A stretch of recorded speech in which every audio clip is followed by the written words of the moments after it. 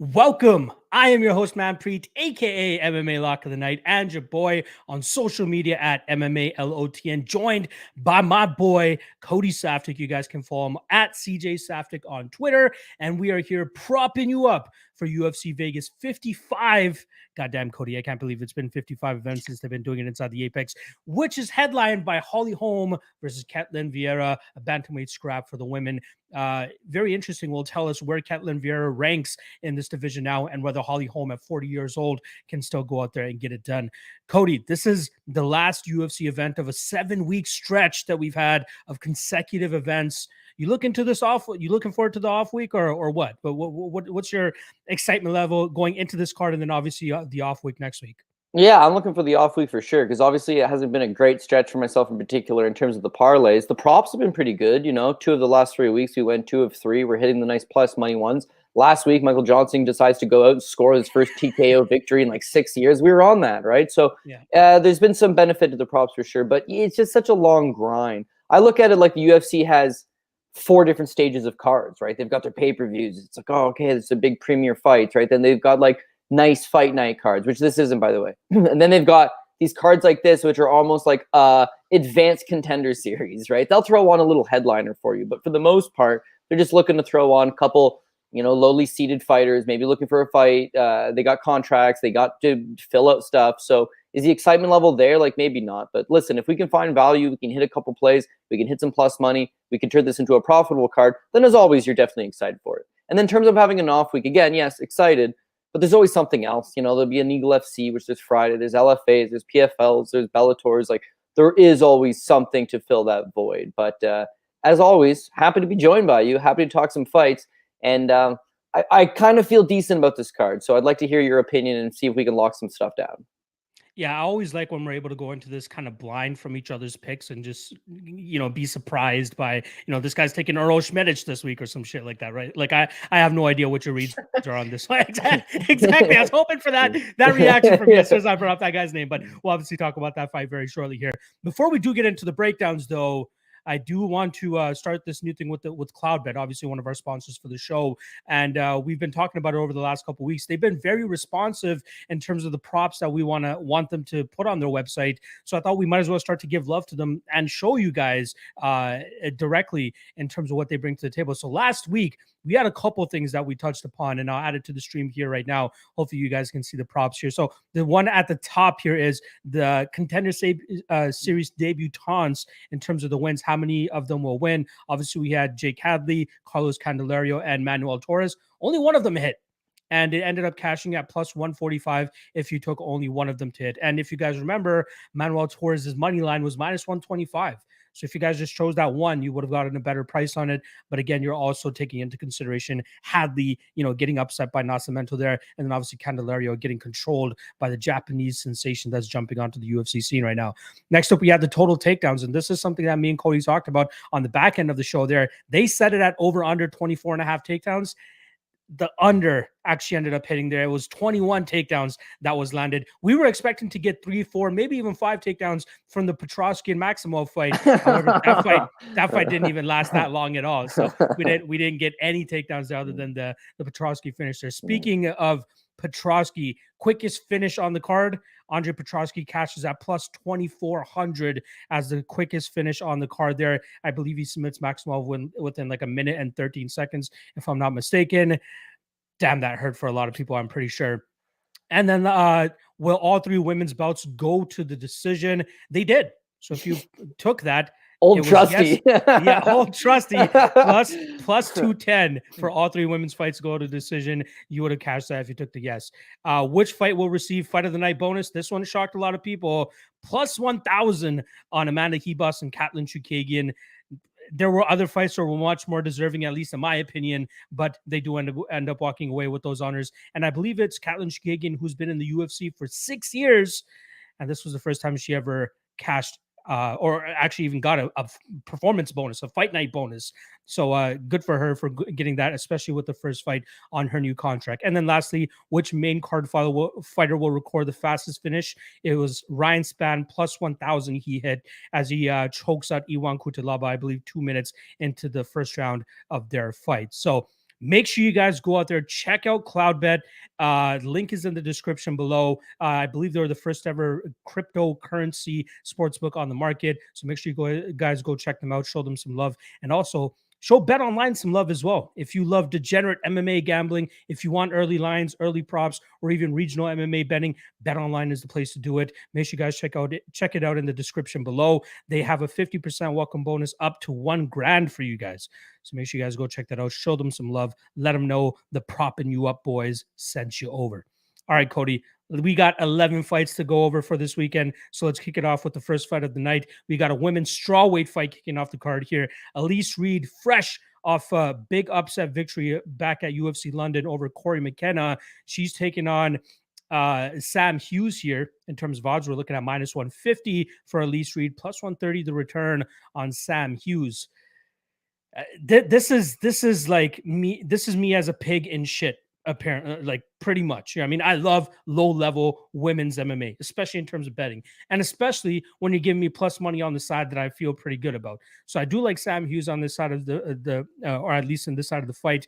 I know a lot of people aren't really that big on her, especially the way that she started her UFC career, losing via finish technically to Tisha Torres in her UFC debut, although on short notice. Next fight, she loses to Loma Lukbunmi. Next fight, she loses to Luana Pinheiro, but she's managed to pick up a couple dubs here now, and hopefully able to get another one here against Elise Reed. When she's at her best, I think she looks like what we saw in the Vanessa Demopoulos fight, minus the inverted triangle choke that she ended up getting submitted by. She's able to mix up her striking with her takedowns, with her clinch game, and she presents a very good overall mixed martial arts fight. And I feel like if she can do that here against Elise Reed, she'll be very successful. Elise Reed, Taekwondo background, karate background, you can see it in the style whenever she fights and she strikes specifically. And you saw it in the Corey McKenna fight. She improved her takedown defense, or at least improved her ability to get back to the feet, because she did get taken down she got taken down 3 times in that fight and got controlled for about 3.5 minutes, but she did a good job in terms of scrambling, getting back to her feet, and then punishing Corey McKenna on the feet with her strikes. I think Sam Hughes will obviously be at a slight disadvantage in terms of the striking, but her ability to mix up the clinch, maybe even land some takedowns, and get some control time. I'm not expecting her to Khabib her by any means, but I do think she'll get enough control time here to sway the judges in her favor. And as long as she doesn't get dropped or pieced up too much by Elise Reed here, she should start to pull away with this fight and more than likely win it via decision. So I'm going to go with Sam Page. Again, I know a lot of people are not big on her, but I do feel like this is a good stylistic matchup. I think that there's a too much of a market overcorrection on the Elise Reed side of things, especially considering she was like a plus 200 underdog to Corey McKenna, because people didn't think she can get up off of her back because of the Sijara Eubanks fight. But I think that's just people undervaluing how good Sijara Eubanks is actually on the ground. I know she has an abysmal MMA record overall, but when she has a significant grappling advantage over opponents, that's when we get the fight like we saw with Elise Reed. So no way Corey McKenna was going to do that, but I'm going to take Sam Hughes here to mix in a couple of takedowns, land some striking, get some cage control, and grind this fight out. So Sam Hughes by decision, currently sitting at plus 215. Sign me up, Cody. I have a feeling you're on the other end here, so please plead your case, my friend. Yeah, I'm going to go the other side in this one, to be honest with you. Sam Hughes, what she looks like at her best, the Vanessa Demopoulos fight. Keep in mind, Vanessa Demopoulos, not exactly known for her striking. So in those kind of fights, she can maybe put a bit of a display on. But her just come forward, don't cut angles, limited footwork style, like it's going to get chewed off by people that can fight to the outside and have a long-rangey kick game. Her last fight out against Estela Nunes, the first round, it's not all that competitive, truth be told. The commentators are absolutely just shitting on her. She's not letting her hands go, and she's following. Estela Nunes basically lands everything she wants to, very easily wins the first round. Second round, Estela Nunes just tires out. Those are the facts, right? As she tires out from moving backwards, you start to see it become a little more competitive. You see Hughes start to land her shots a little bit, force the clinch a little bit, greases out that second round, close second round. And then, of course, Nunes is tired. So the third round is all Sam Hughes. Sam Hughes benefited largely from the fact that Estela Nunes, a fighter known to have a limited gas tank, did gas out in that spot. I think Elise Reed's done a good job of proving me wrong, certainly. I had her, no way she beats Jasmine Jasudavicius. And then even watching the fight, I didn't think she won that fight. But that's a robbery, bro. I thought that was a robbery. I thought that was a robbery. I mean, maybe it's the Canadian side of things, but just like flat out, I thought Jasmine won that fight. And so I had a bad taste in my mouth with Elise Reed right off the get-go. When she debuts against Sijara Eubanks, she moves up a weight class on short notice. She's not a 25er, but she moves up to take on someone who is a very large flyweight. In fact, struggles to make bantamweight. Sijara Eubanks is very, very large, very good grappler, Lloyd-Irvin black belt. That's a tough spot to jump up. And of course, she gets taken down. She gets submitted in the first round, doesn't get a good counter herself. So as you mentioned, the Corey McKenna fight, now she's coming in as some big underdog. But really, like, has she had a fair shot? Jasmine's a stud. And for the record, Sijara Eubanks, they're not studs. Stud's a male term. They are top talents. They're very, very, yeah, a studette. They are world-class dams, man. And I think that she's fought a pretty good level. The Corey McKenna fight, I'm thinking she's going to get taken down. I'm thinking she's going to get controlled. Even if neither of those two things happen, McKenna always comes forward. She's going to pressure her backwards. That front pressure, she's eventually going to find the target. And none of it was true. Lees did an excellent job of fighting off her back foot, finding the target, landing at will in the first couple of rounds. Cardio looked good. Takedown defense looked much improved. Ability to get back up looked much improved. And of course, the striking was on point. So I'm thinking in this fight with Sam Hughes, Sam will largely do what she always does, which is just come forward. And if Lees Reed can stay on her back foot, stay to the outside, I'm not as worried about her getting tired and gassing out. So I think that she just outpoints her from the outside. And the Elise Reed by decision, because I think we're both agreeing that at least the fight's going to go 15. The Elise Reed by decision plus 105. So that's where I settled. If you guys like a little bit of chalk, fight goes to the decision. Currently sits at minus 300. That seems to be the spot for that at least me and Cody agree upon here. All right, let's move on to the next fight. We got Chase Hooper coming in as a plus 155 dog going up against Felipe Colares, and he's coming in as a minus 180 favorite. Very weird fight here, right? Like right off the bat, you got to assume that the Chase Hooper fade is in effect, right? It's very difficult to actually muster up the courage to back a guy that, you know, is pretty much a poor man's version of Ryan Hall. Like he has no striking game. He wants to go out there, desperation takedowns, try to get his jiu-jitsu going. And I think his like his star power per se that the UFC kind of banked on when he first came into the UFC did him a disservice, right? He's one of those guys that still needed some molding, still needed some crafting before going out there and fighting the upper echelon of guys. Like, remember when he was a favorite to Alex Caceres? Like, I really didn't get that. I think it was a lot of it was based on the recency bias with Alex Caceres coming off that submission loss to Kron Gracie. But like, we're talking about Kron and Chase Hooper here, for God's sakes, right? So very unfortunate there for Chase Hooper to have to go into that fight and be assumed to be the winner. Maybe that got to his head a little bit, and Alex Caceres gave him a veteran lesson that night. Then he gets that win over Peter Barrett. Those are the types of guys he should be facing. Like Peter Barrett is like in the upper echelon of the regional scene. That's the type of guys he should be fighting.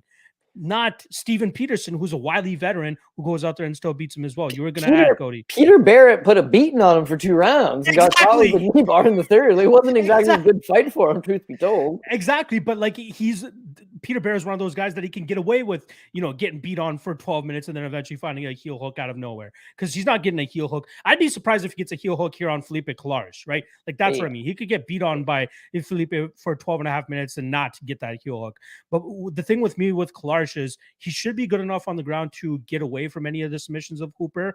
But as fights start to go on, Colares is one of those guys that gets a little bit sloppier as fights go on. And that kind of gives me some hesitation in terms of fully trusting him in this spot. He should win the beginning parts of this fight. And knowing how much of a wild man he is, he's probably going to engage Hooper on the ground. And that, you know, it could work out for him, as we saw with Steven Peterson, as we saw with Alex Caceres. They're able to stay out of the submissions, but still stay in top position, landing good ground and pound from on top, and clearly winning those positions. But you're still kind of playing with a little bit of fire. It's like going into Chase Hooper's domain, essentially, and trying to beat him there. Whereas you can just try to fight him on the feet.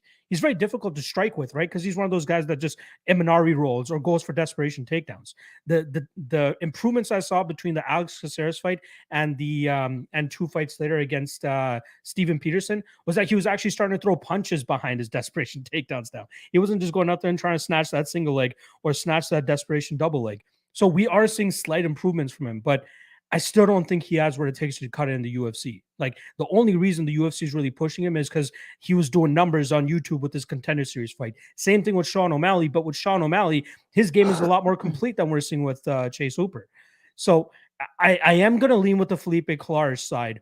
But the prop that I'm kind of leaning on the most here is the over 2.5 at minus 160. I do think that Hooper is difficult to finish just because of his slippery ways and how he just, you know, he doesn't strike long enough for anybody to really knock him out. but he tries to go for takedowns, and then he stays safe on bottom, and Colares will likely just ride him out over there. We saw Colares ride Domingo Pilarte for almost 2 rounds of an entire fight just by staying on his back. So I'd be surprised if either guy actually gets a submission in this spot. If Colares somehow lands this Hail Mary bomb on him and knocks him out, that's the possibility of a finish. But I do think we see this go over the 12.5-minute mark, and I do think we see Colares get his hand raised via decision in this spot, which currently sits at plus 150. Let me know your thoughts on Chase Hooper here, and whether you think he actually has what it takes to cut it in the bottom barrel of the UFC, or should they relegate him back to the regional scene? Because they initially did give him like a regional circuit development deal, did they not? Yeah, he signed after the Contender Series, and he was only 18, so he became the youngest fighter to sign a UFC contract. Now, the youngest fighter to fight in the UFC is Joe Lozon's younger brother, Dan, who was 18 and a half. Wow. But Hooper signed a contract younger, never actually fought in the UFC, right? They signed him to like this developmental deal where they would pay him still, not a 10-10, not a 8-8, whatever, but the UFC would still pay him, and he would just fight on these other regional promotions under contract with them, right? And he doesn't do all that good. His very next fight was that LaShawn Alcock, who's 7-8, and ended up being a draw because of a 10-8 round, right? So not exactly a great performance. And then since then, it's been, somewhat low level for the most part. But he's so goddamn young, and that's where I think we can easily shit on him, and everybody shits on him. And I will spend some time in this segment shitting on him. But he's still only 22 years old. So when you're fighting in the UFC, you're that young, of course you're going to be one-dimensional. Because, like, what else have you had time in your young adult life to train, right? He's a IBJJF blue belt champion. Blue belt. So it's not like he's some high-level black belt. He's not one of these guys, Rodolfo Vieira, the fight hits the ground, you're probably screwed. Like, he's good, he's long, he's lengthy, he's got some jiu-jitsu. But it's not like he's so good in that, Kron Gracie, so good in that one thing that you can get away with just being a one-dimensional fighter. But he's young. He's going to get better. It just depends if he puts the work into it. So when he lost to Bruce Leroy, 100% agree. It's like, oh, man, I exposed him, not at this level. But, geez, Bruce Leroy's got like 24 UFC fights under his belt. He's on The Ultimate Fighter 10 years ago. Has fought a lot of highly ranked guys within the division, right? Well, I guess that's a kind of a stiff test for a young kid, no? So you give him a pass there. And I think he looked better against Pete Barrett, although he lost the first 2 rounds and got the submission in the third. And I think he looked better against Steven Peterson, where he scored a career-high 3 takedowns, right? Because normally he'll maybe get 1, right? He got 3 against Peterson. He was throwing some punches. He was setting it up a little bit. He's just too physically immature. He's not strong enough. He's fighting full-grown men who have got 15, 20 fights under the resume, and he's just not strong enough to get these guys down with his limited wrestling. The little vignettes where Ben Askren, oh, it's his dad, that's all funny. He's not actually training with Ben Askren. So his wrestling's not going to improve, and his striking's not very good, and his jiu-jitsu's not elite. This kid's going to be in a lot of trouble. But here's where I'm a little bit encouraged, right? So he loses to Bruce Leroy, and he fights 6 months later against Pete Barrett. Beats Pete Barrett, and he fights 6 months later against Steve Peterson. Now, he took 6 months later, he fought Honato Makano, excellent BJJ black belt, in that Fury FC grappling match. The thing is, though, he hasn't fought since the Steven Peterson fight, which is a year ago. Normally, he's fighting every 6 months, and you see small improvements. Now he's a full year off, so I expect to see some good improvements. He's also going from like 21 years old to 22 years old, which for physical development is going to be huge. And then, like, I got this like nagging suspicion deep down in my gut that the UFC matchmakers know exactly what they're doing. They would love to get him a victory. They'd love to try to keep this little skinny McLovin-looking dude getting some wins in the UFC because it's easy to market. Let's be real here. Michael Cera, probably a better example. Dude looks just like him. It's crazy. You want to keep it going. So who could you possibly give him? And now here's where Felipe Corrales looks good, in some aspects, but looks like a good matchup for Hooper in some other ones. First and foremost, Felipe Corrales has fought at 145, but he's a 35er through and through. Doesn't even look that big at 35. Last fight against Chris Gutierrez, obviously at 135. The Montel Jackson fight where he got taken down 11 times was at 135. He stands 5'8", and he'll be taking on Chase Hooper, who's 6'1". So Hooper with a 6-inch height advantage, I believe a 4 or 5, maybe even a 6-inch reach advantage. Not that the reach will come into play here. He's just a physically much bigger guy, right? So even though he's weak compared to most featherweights, against this natural bantamweight, he could be okay. Thing number 2, Corrales is super reckless, man. Like when he strikes, he just zombies you and comes forward. He gives up a pile of takedowns. So yes, Hooper's got 18% takedown accuracy in the UFC. Abysmal numbers. Abysmal. Gonna have to get those numbers up, dog. Against this type of opponent, he might just be able to grab a hold of him, push him up against the cage, and just peel him to the ground. get one hook in and just peel him. An Imanari roll, whatever you have to do to just cause a fight to hit the ground, he could create these transitions. And so if you're the UFC, you want to get him a win, you got to go for a bottom of the barrel guy. This guy is considered bottom of the barrel. He's got a reckless style. Not like his takedown defense is super good. He's got a little bit of a name, but he's undersized. Could make sense. Now, the last time I had this exact same feeling was last week. Last week, we've got Jake Hadley, who apparently pissed everybody off, and he's taking on Alan Nascimento, who's 0-2 in the UFC. Now, why would the matchmakers who don't like this guy give him some bump? Well, that's because Alan Nascimento is, in fact, not a bum, right? So they knew what they were doing, right? Now, can they set up wins and losses? No, it's a sport. Anything can happen. And as you can see from my recent track record, Rose doesn't throw any punches. Rakic blows out his own leg after winning the first two rounds. Yeah, they expect the unexpected. Expect the unexpected. But I think the UFC have done their best job to set Chase Hooper up with what would be considered a winnable fight of sorts. So we are on the same page, over 2.5, minus 165. I like fight goes the distance, minus 135. But Hooper by decision, plus 350? Ooh, the degenerate side of me interested. But you got to see weigh-ins. And for the record, don't invest much in it because it's Chase Hooper. It's Chase Hooper. I just think it's not just like a full-blown, let's write this guy off. He's 22. The improvements could come. When this kid's 28 and he's got 20 UFC fights, if he ever makes it that far, could get cut, of course.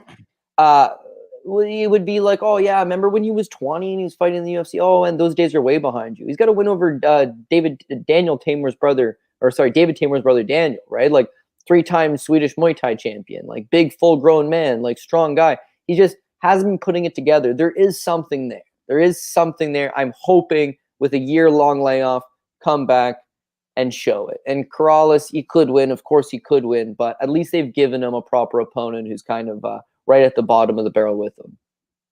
Honestly, I totally forgot about that Daniel Tamer fight. Like, Daniel Tamer was a hoot to bet against, and also betting his violence props always was the best. Yeah, I miss having him inside the UFC, but yeah, I could see the argument here for Hooper. I don't feel the most comfortable with Colares, and you nailed it on the head in terms of the man's a reckless striker and the man's a reckless fighter at times, and that could possibly bite him in the ass here as well. So, looking forward to seeing how that plays out. All right. Let's move on to the next fight here. We got a bantamweight fight between Jonathan Martinez and Vince Morales. In terms of odds, we're looking at minus 220 for Martinez and plus 185 the return on Vince Morales. Now, one thing to always look out for with Jonathan Martinez is how he looks on the scale, right? He has missed weight a couple times. I just want to confirm here the last time he missed weight. I believe it was not the Thomas Almeida fight. The Frankie Saenz fight. So it's been, close to 2 years now since the last time he missed weight. He came in at 140.5 for a 135-pound fight that night. The last time around, he did fight at featherweight against Alejandro Perez, weighed in at 144 pounds. So keep your eyes on the scales tomorrow morning when he comes back down to 135 pounds. But even when he does miss weight, the guy still goes out there and gives us the performance that we usually see from him, right? Volume-based striking, throws in combinations, uses his kicks very well, uses his range pretty well, unless your name is Davey Grant and you can finally find that knockout blow later in a fight. But you can look at his losses and be like, okay, we can give him a pass. The first of which, short notice against Andre Sukumtad in his UFC debut. I know Sukumtad doesn't really have the greatest perception about him amongst the MMA fans, especially that gaffe that he had against Sean O'Malley back in the day. But, we'll cut him, Martinez, some slack there, UFC jitters, whatever you want to say. The next loss, Andre Ewell, probably one of the worst split decision robberies we've ever seen in the UFC. That was horrible. He should have won that fight. And then obviously getting flatlined by David Grant after letting him up, for the better part of that fight. Even almost nearly finishing David Grant in that first round. He ends up getting clipped in that second round and then put out. But Martinez, I think, is one of those like reliable, I feel like is too much of a big term to use on him. I do think he is a safe-ish fighter as long as he has a legitimate striking advantage over his opponents. And that's exactly what I think he has over Vince Morales in this spot. I don't think that Vince Morales is this new and rejuvenated fighter after knocking out Louis Smolka in his last fight. Like that happens. That's a flash in the pan kind of thing. And I know it was the first time Louis Smolka had ever been knocked out in his UFC career. Just got knocked out this past weekend against Davey Grant, right? Maybe it's a teaser of things to come for Louis Smolka's career, especially considering how much damage that guy's eaten over his career to begin with. Maybe it's starting to catch up with him at this point in time. Vince Morales normally allows his opponents to kind of dictate the pace. You know what I mean?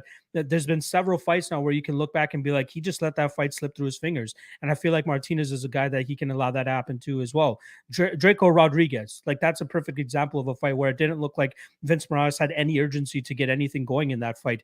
I felt he deserved to lose, or sorry, he did lose the Benito Lopez fight. I don't think he had much urgency in that fight either. Sorry, I got it confused. It was the Benito Lopez fight. He did win the Draco Rodriguez fight, but still quite underwhelming fight that night. Benito Lopez, not a good look for him either. The Amin Zahabi fight, very close as well. Felt like he should have lost that one as well. Here with Jonathan Martinez, he's dealing with a guy who's going to be throwing, upwards of 100 significant strikes here. Is he going to be able to match that? I just don't think so.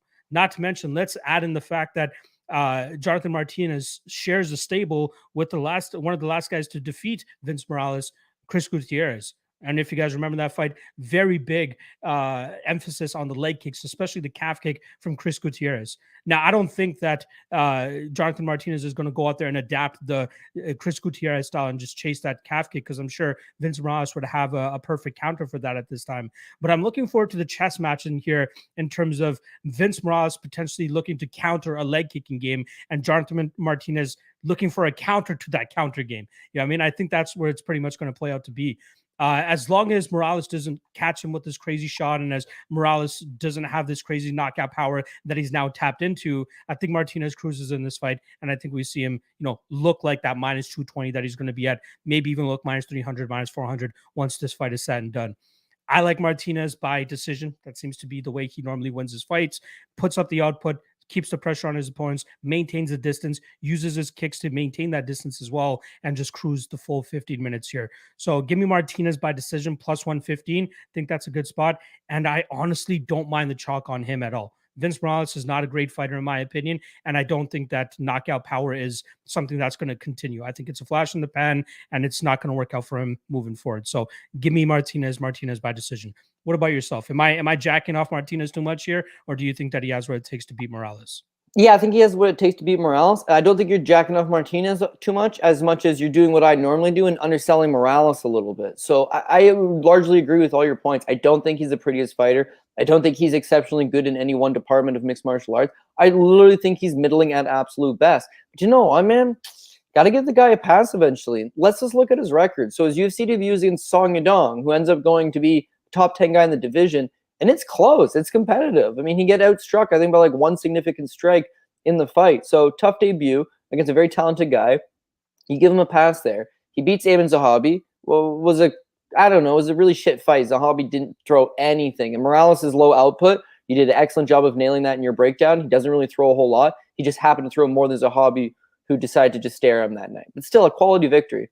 The Benito Lopez fight, MMA Decisions has 11 media members score that fight. All 11 score it for Morales. 4 of those guys scored it 30-27 for Morales. He didn't lose that Benito Lopez fight. He got his leg kicked off all night, but he should have won that Benito fight. Yeah. That was the pretty much his boxing versus the kicks of Lopez the entire fight. Yeah, now I'm recalling that. And then this is what leads to a lot of what you're saying as well, which is all the shit I agree with, is that the Benito Lopez fight, he got kicked 39 significant leg strikes, right, from Lopez landed. So his leg was on display the entire time, and it hobbles him up. The next fight against Chris Gutierrez is a leg kick specialist. So he just chews off his lead leg and TKOs him in the second round, right? Draco Rodriguez didn't throw leg kicks. He landed 10, I think. Louis Smolka, I don't even know if he can throw leg kicks, right?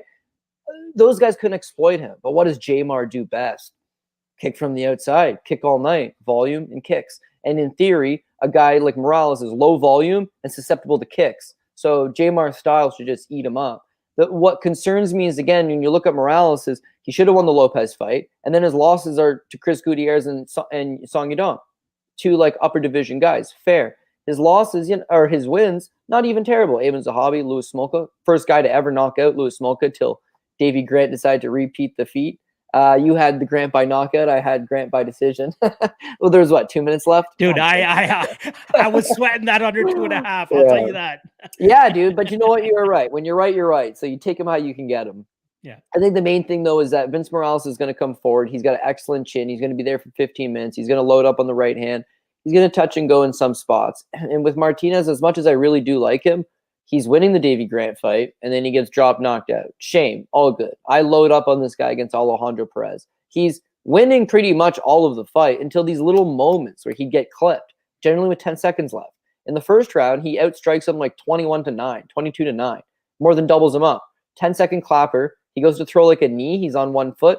Perez clips him over the top. He falls down, right? Not even like a clean knockdown, but it is a knockdown.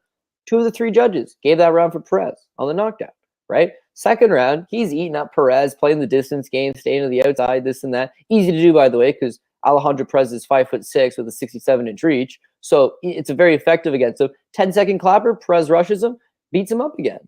Third round, a little clearer for Jamar, but I think somebody that can make it a rugged fight, step in the pocket and crack him, like, I don't know. I'm not fully sold on his chin, whether he doesn't have a good chin or, like you mentioned, he has trouble making 135 pounds. Probably a little bit of both, but I'm not like super trustworthy on his chin. And with Morales, I think that people just undersell him because he just doesn't have a very much appeal within the division, within the sport for that matter, right? So I don't know that I love that money line. I agree that Martinez should win. I agree Martinez by decision, and the price looks pretty good on it, but been burned by Morales a few times, and I just don't know that I would want to top ticket Jonathan Martinez this week. But in terms of prediction, you are going with Martinez, is that correct? Martinez by decision, yeah. Martinez decision. All right, that's plus 115 for anybody interested in that. And then on the flip side as well for Morales, if you do think he gets the knockout here, you'd be looking at plus 500 for him to knock out Jonathan Martinez. Not a bad hedge either if you do end up betting some money on Jonathan Martinez. I thought a decent hedge would be just the fight goes the distance, but it's like minus 240, so there's just no meat on the bone left on it at that point. There you go. All right, let's move on to the next fight. Very much looking forward to hearing your thoughts on this one. We got Omar Morales coming in at minus 140 and plus 120 on the underdog, Uroš Medic. Now, Medic is coming off his first ever career loss last time around, where he dropped a fight to Jalen Turner, and he showed off, what I've been kind of preaching the entire time, even way back against Alan Cruz in his UFC debut. The guy's a glass cannon. The guy goes out there and he tries to put the pressure on his opponents, tries to get the knockout, really tries to, break his opponents. And if he's not able to, then he starts to fall behind, and that's where guys are going to be able to start to take advantage. Now, that was his first ever loss to Jalen Turner, but I just saw things in the Alaska FC scene that he was dealing with, right? He didn't really have the greatest jiu-jitsu game either. It seemed like he really struggled on the mat there, but was still able to beat these bums in Alaska FC, right? If you're fading Alaska FC, you're up $1 million probably at this point in time. But now with him taking steps up in competition and fighting legitimate guys, we're going to start to see him start to fall more and more. Omar Morales, I believe he's 35 years old at this point in time, and he's coming off his first ever finish, a loss via finish, I should say, to Jonathan Pierce. As long as his durability is still, up to par, he should be able to deal with the early onslaught here from Uroš Medic and really start to put it on him later in this fight and potentially get him out of there by the second round, maybe even early third round. I love violence in this fight, right? There's certain guys in the UFC on that roster where I'm like, oh, violence. Luis Smolka is one of those guys, whether it's him going out there and getting the finish or getting finished. It just cashed last week by a hair, we should say that. But Uroš Medic is another guy where I'm like, violence, right? Either he goes out there and starches guys like he did against Alan Cruz in his UFC debut, or he goes out there, tries to starch, doesn't starch, and gets starched himself by Jalen Turner and ends up cashing that under 2.5 ticket. That's where I'm leaning on again for this week. Morales, Medic, under 2.5, minus 160. One of these guys is getting the finish. Either Morales is finally over the hill, now age is finally catching up to him, now durability is catching up to him, and he's gonna get finished by Medic early, or Medic throws everything he has early here, doesn't get the job done, and then Morales just methodically picks away at him, and then eventually finds that opening to put him away. I'm going Morales by KO. I believe that's sitting around plus 200. But in terms of covering both angles here, I don't see this fight reaching the scorecards, honestly. So under 2.5, fight doesn't go to decision. That's where most of my money is going to be laid on for this fight. Let me know what you think, man. What are your thoughts here? Yeah, man, I hear you. And I actually like that Morales by knockout prop. I know people would say, oh, man, Morales just hasn't looked like a power puncher in a few years now. Last time he knocked anybody out was 2019. It's 3 years ago. Listen, it's all the same sentiments that people had about Michael Johnson, right? Michael Johnson hadn't knocked anybody out since 2016. The facts are he's a hellacious power puncher, and things just weren't really lining up. But eventually they are going to. He's capable of going out there and doing it. And against a guy like Alan Patrick, that's his time to shine. I would say the same thing with Morales. He is heavy-handed. He just, what are you going to knock out Giga Chikadze? All right. Good luck with that. Calvin Kattar hit him 400 times. I don't know if you plan on going and knocking out Giga Chikadze, right? And then beyond that, like Jonathan Pierce is a top talent. Shane Young, maybe the Shane Young fight, I guess. But here's my biggest takeaway for Omar Morales. He's 36 years old, okay? So by no means is this guy a prospect when he makes his UFC debut. He fights on the Contender Series. He knocks out Harvey Park. It's a big KO victory. He debuts against the small stun gun, Dong Young Kim, the other one, Dong Young Ma. And Little Dong. Yeah, Little Dong. He drops Little Dong, but he does not get the KO victory, which is a shame because most people that fight Dong Young Ma do get the KO victory. Then he fights Gabriel Benitez, wins that fight. Probably, his best performance in the octagon as far as I'm concerned. Probably best performance in his career as far as I'm concerned. And this is all at 155. Dude fights at 155 pounds. He's undefeated. He's in his mid-30s. He fights out of Sanford at 155. Why he dropped down to fight Giga Chikadze at 145, I don't know. But I'll tell you something. He came into that fight as a nearly 2-1 favorite over Giga Chikadze. And he looked like shit from the time the bell started until the last round. He got dropped twice, looked awful, hurt to the body every time, no energy. Always a low output guy, relied a little too much on his power, but wasn't even letting his hands go. You chalk it up to him fighting Giga, but in hindsight, I think it's the cut to 45. The Shane Young fight looks better, not great, at 145. The Jonathan Pierce fight, again, lethargic, out of it at 145. This is him going back to lightweight. This is his return to 155 pounds. And again, I think that extra weight, that not having to kill yourself in the sauna, should give him a little bit of extra power, should give him a little bit of extra energy, and all that's good. Durability checks out because we're going to need him to survive the early onslaught by Euromedic, but Homie took the early onslaught by Giga. Homie took a 15-minute beating from Giga. And by the way, it wasn't Giga taking his time. Giga kicked his ass. But I think he's durable enough. He's never been knocked out. He did get choked out by Jonathan Pierce, but of course, Pierce an excellent grappler and just a total grinder. I don't think Medic is going to do that. Medic has never fought past, I think, 650 of a fight. His entire career.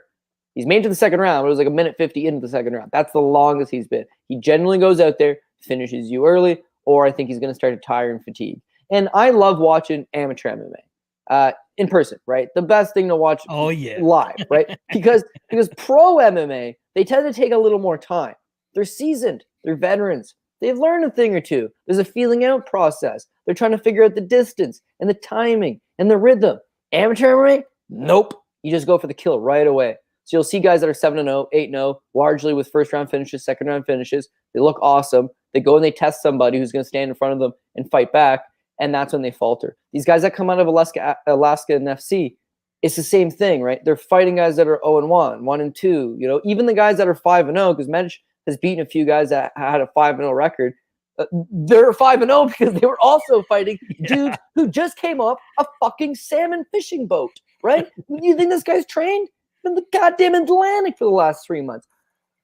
All I'm saying is they learn the same way amateurs do that, this works. So they just bum rush opponents. And he's at King's MMA now. It's not like he's still in Anchorage by any means, but his style is his style. It's what he brings to the table. Now, I'm willing to give him a pass in the Jalen Turner fight because Jalen Turner looks good these days. Like this guy could be a potential contender down the road. But all the same, it's still his style. He comes at you hard. The fight hits the ground. He's got limited grappling. His striking is a little bit wild, a little bit reckless. Of course, it could land. But more often than not, I think Omar Morales throws a nice, sharp 1-2, and he's got an excellent leg kick game. I think he survives his first round, pays dividends by just putting in that work, chewing up the lead leg, eventually has him mobile, lands that 1-2, the 2 being the right hand right to the chin, knock him out. So I got Morales by knockout. I like the price on it. You can get it between plus 185 to plus 210 in some spots. Let's just settle it at plus 190, plus 200. It's still good enough range. Again, not something he's done lately, but it's all about opponent and style matchup. And this is the one that seems to be most likely for him to get that KO victory. So that's what I'm playing. Solid hedges, if you do like the Medic side, is Medic in round 1 plus 550 or Medic in round 1 via KO plus 700. So not a bad way to approach it. Under 2.5 is what I like.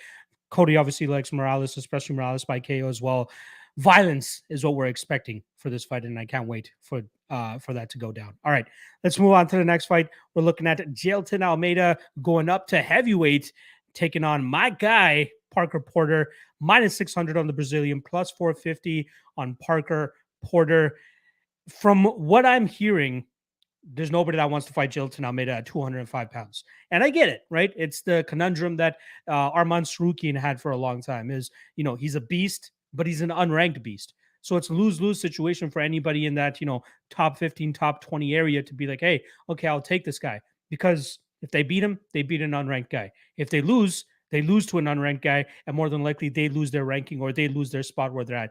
Parker Porter's over here like, hey, fuck it, let's go. I just want to stay active. I'm coming off 2 straight wins here. Josh Parisian, Chase Sherman. Let me go out there and stop the hype train.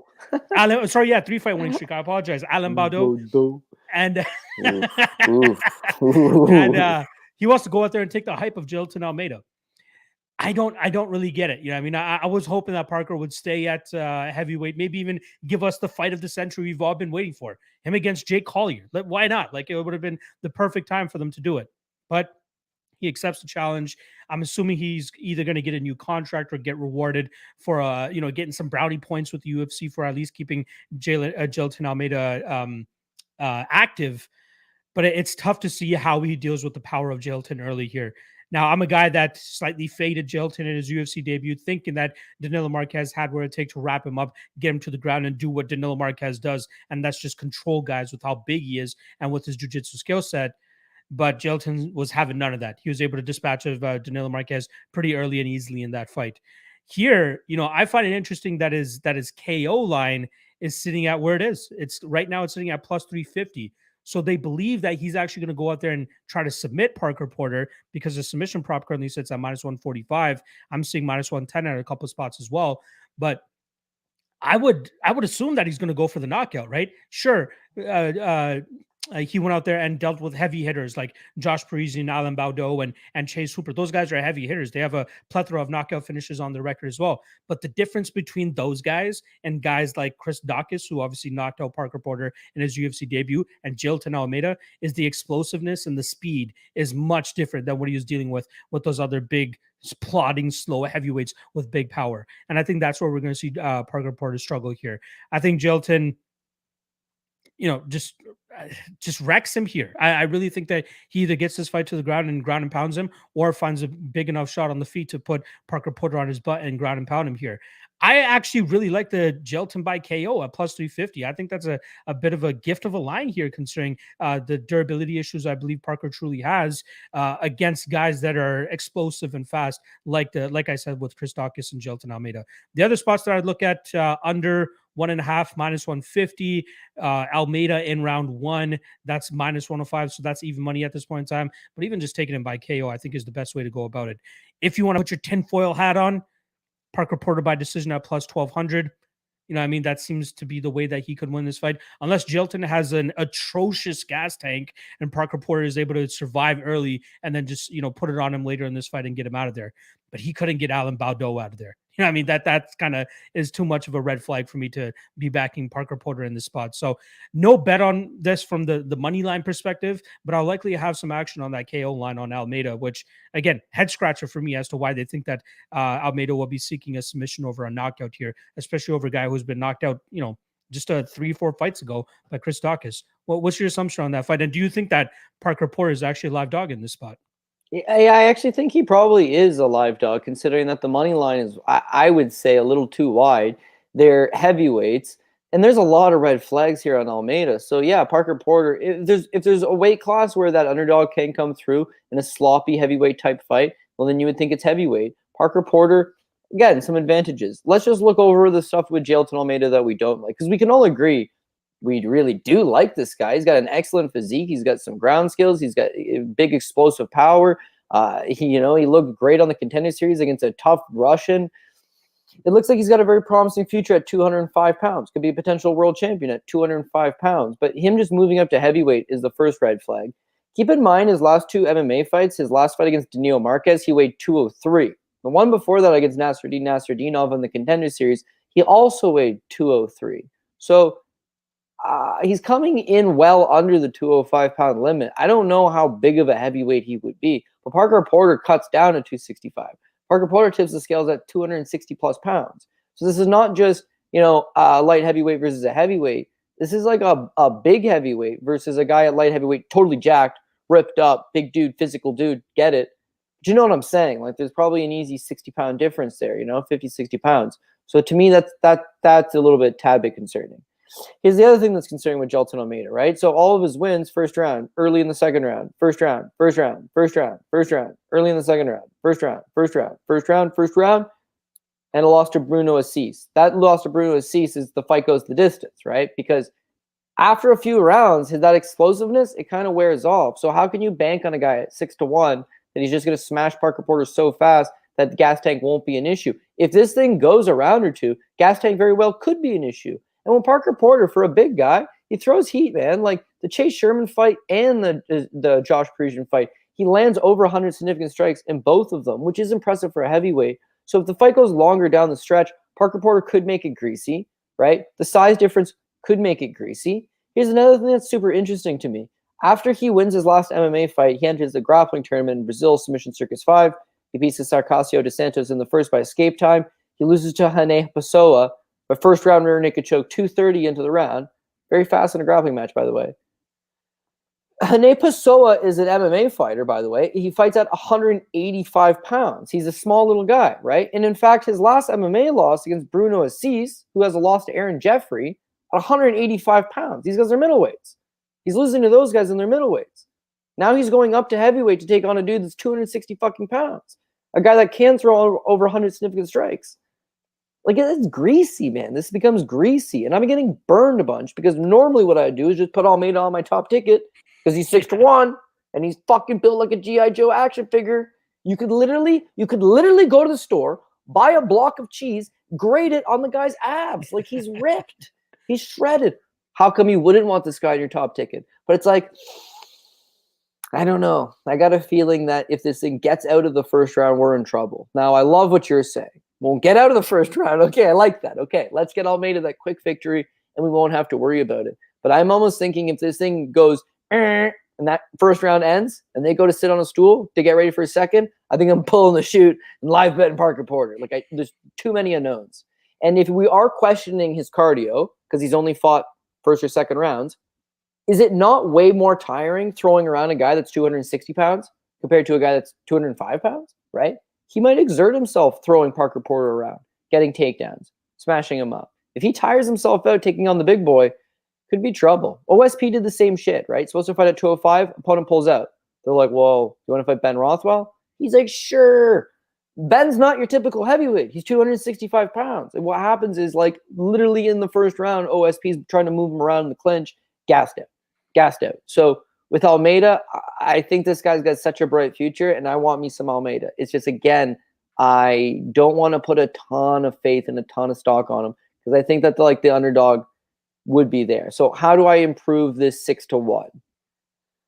I would think, like you're saying, the under 1.5 or the Jailton Almeida by knockout, just try to explode on him the way Chris Daukaus did. Daukaus, by the way, had to drop him twice in that round. Like, Parker Porter took some nasty shots. It was finally a knee up the gut that finally put him away. But I would hope that Jailton just gets on him quick, because this is a fight that if it plays out 10 times, you see the greasy side of it. Because it's just a one-time fight. He could smoke Parker Porter out of there, make it look easy. Oh yeah, there's leagues to this. There's classes to this shit. But it's another fight that if they fought 10 times, one of these is getting stretched out later, and I'm not fully confident he can do that yet because we haven't really seen it. So I know I'm probably talking in circles here at this point, but I do have Jailton Almeida by knockout, like you said, under 1.5. But I think I'm going to try to limit myself to my action on this fight. Yeah, I could see that. And I looked into that Rene Pessoa guy that you were talking about, who just subbed Jailton Almeida recently. He's one of those guys that has the giant jiu-jitsu tattoo along his collarbone. He's like, of course, he's jiu-jitsu is life for this guy. So maybe not the Jose Quinones way about it, but I was gonna say, Quinones has got jiu-jitsu tattooed on his chest. I don't even know if he's ever gone to a class. But I don't know. It's like a Brazilian thing, if you don't have jiu-jitsu or Muay Thai tattooed on you, are you even a pro fighter? Yeah, exactly. That's pretty much their hazing to be truly recognized as a fighter. All right, let's move on to the next fight here, and we're looking at the prelim headliner. Apparently, they could have easily done Parker Porter and Jailton Almeida as the prelim headliner, give Jailton a little extra shine, but nope. We're saving it for ugly man Joe Holmes taking on Alan Amedovski. In terms of odds, we got minus 195 on Joseph Holmes and plus 165 on Alan Amedovski. Now, the last time that we saw Alan Amedovski inside the cage, he gave John Phillips his only UFC victory by fighting the fight that John Phillips needed to win. And that's trading bombs in the pocket, and then he gets knocked out in 14 seconds of that fight. That's the type of fighter you're getting with Alan Amedovski. But can you blame him? You know what I mean? The majority of his wins coming by knockout. He was thinking that he probably had the bigger punching power in that fight and wanted to show it off, but he paid for it. He was staring up at the lights after that fight. That capped off a two-fight losing streak. Obviously, he started his UFC career with a decision loss to Krzysztof Jotko, where he got taken down over and over again by Jotko, and Jotko was able to accrue close to 10 minutes of control time in that fight. And we know Jotko, that's not his style, right? I believe Jotko was coming off a knockout loss before that, and he really wanted to play it safe as much as possible. And going up against a heavy hitter like Alan Amedovski, that was the way that he thought he could secure the victory, and he did. He didn't really face much resistance either, because Alan Amedovski, not really that big of a middleweight either, right? The guy comes in, I believe, let me just put the number here, 5'10" with the 74-inch reach. Just for comparison, Joseph Holmes, 6'4" with the 80-inch reach. So I'm looking forward to seeing what the stare downs look like, because it could look kind of comical considering how small Amedovski is statistically compared to Joseph Holmes here. Joseph Holmes obviously losing his UFC debut to Jamie Pickett, a fight where he pretty much just got outgrinded, right? Joseph Holmes is one of those guys that is used to being the grinder. He's not the one used to being grinded on, and that's what Jamie Pickett was successful in doing with him. Joseph Holmes, more often than not, likes to go out there and use his physicality as his advantage over his opponents. He likes to take them to the ground. He likes to use his ground and pound, likes to seek submissions, but most of it comes with him just bullying his opponents with his size. And luckily for him, I feel like that's exactly what he can do here against Amedovski. Take him to the ground, look to grind him out.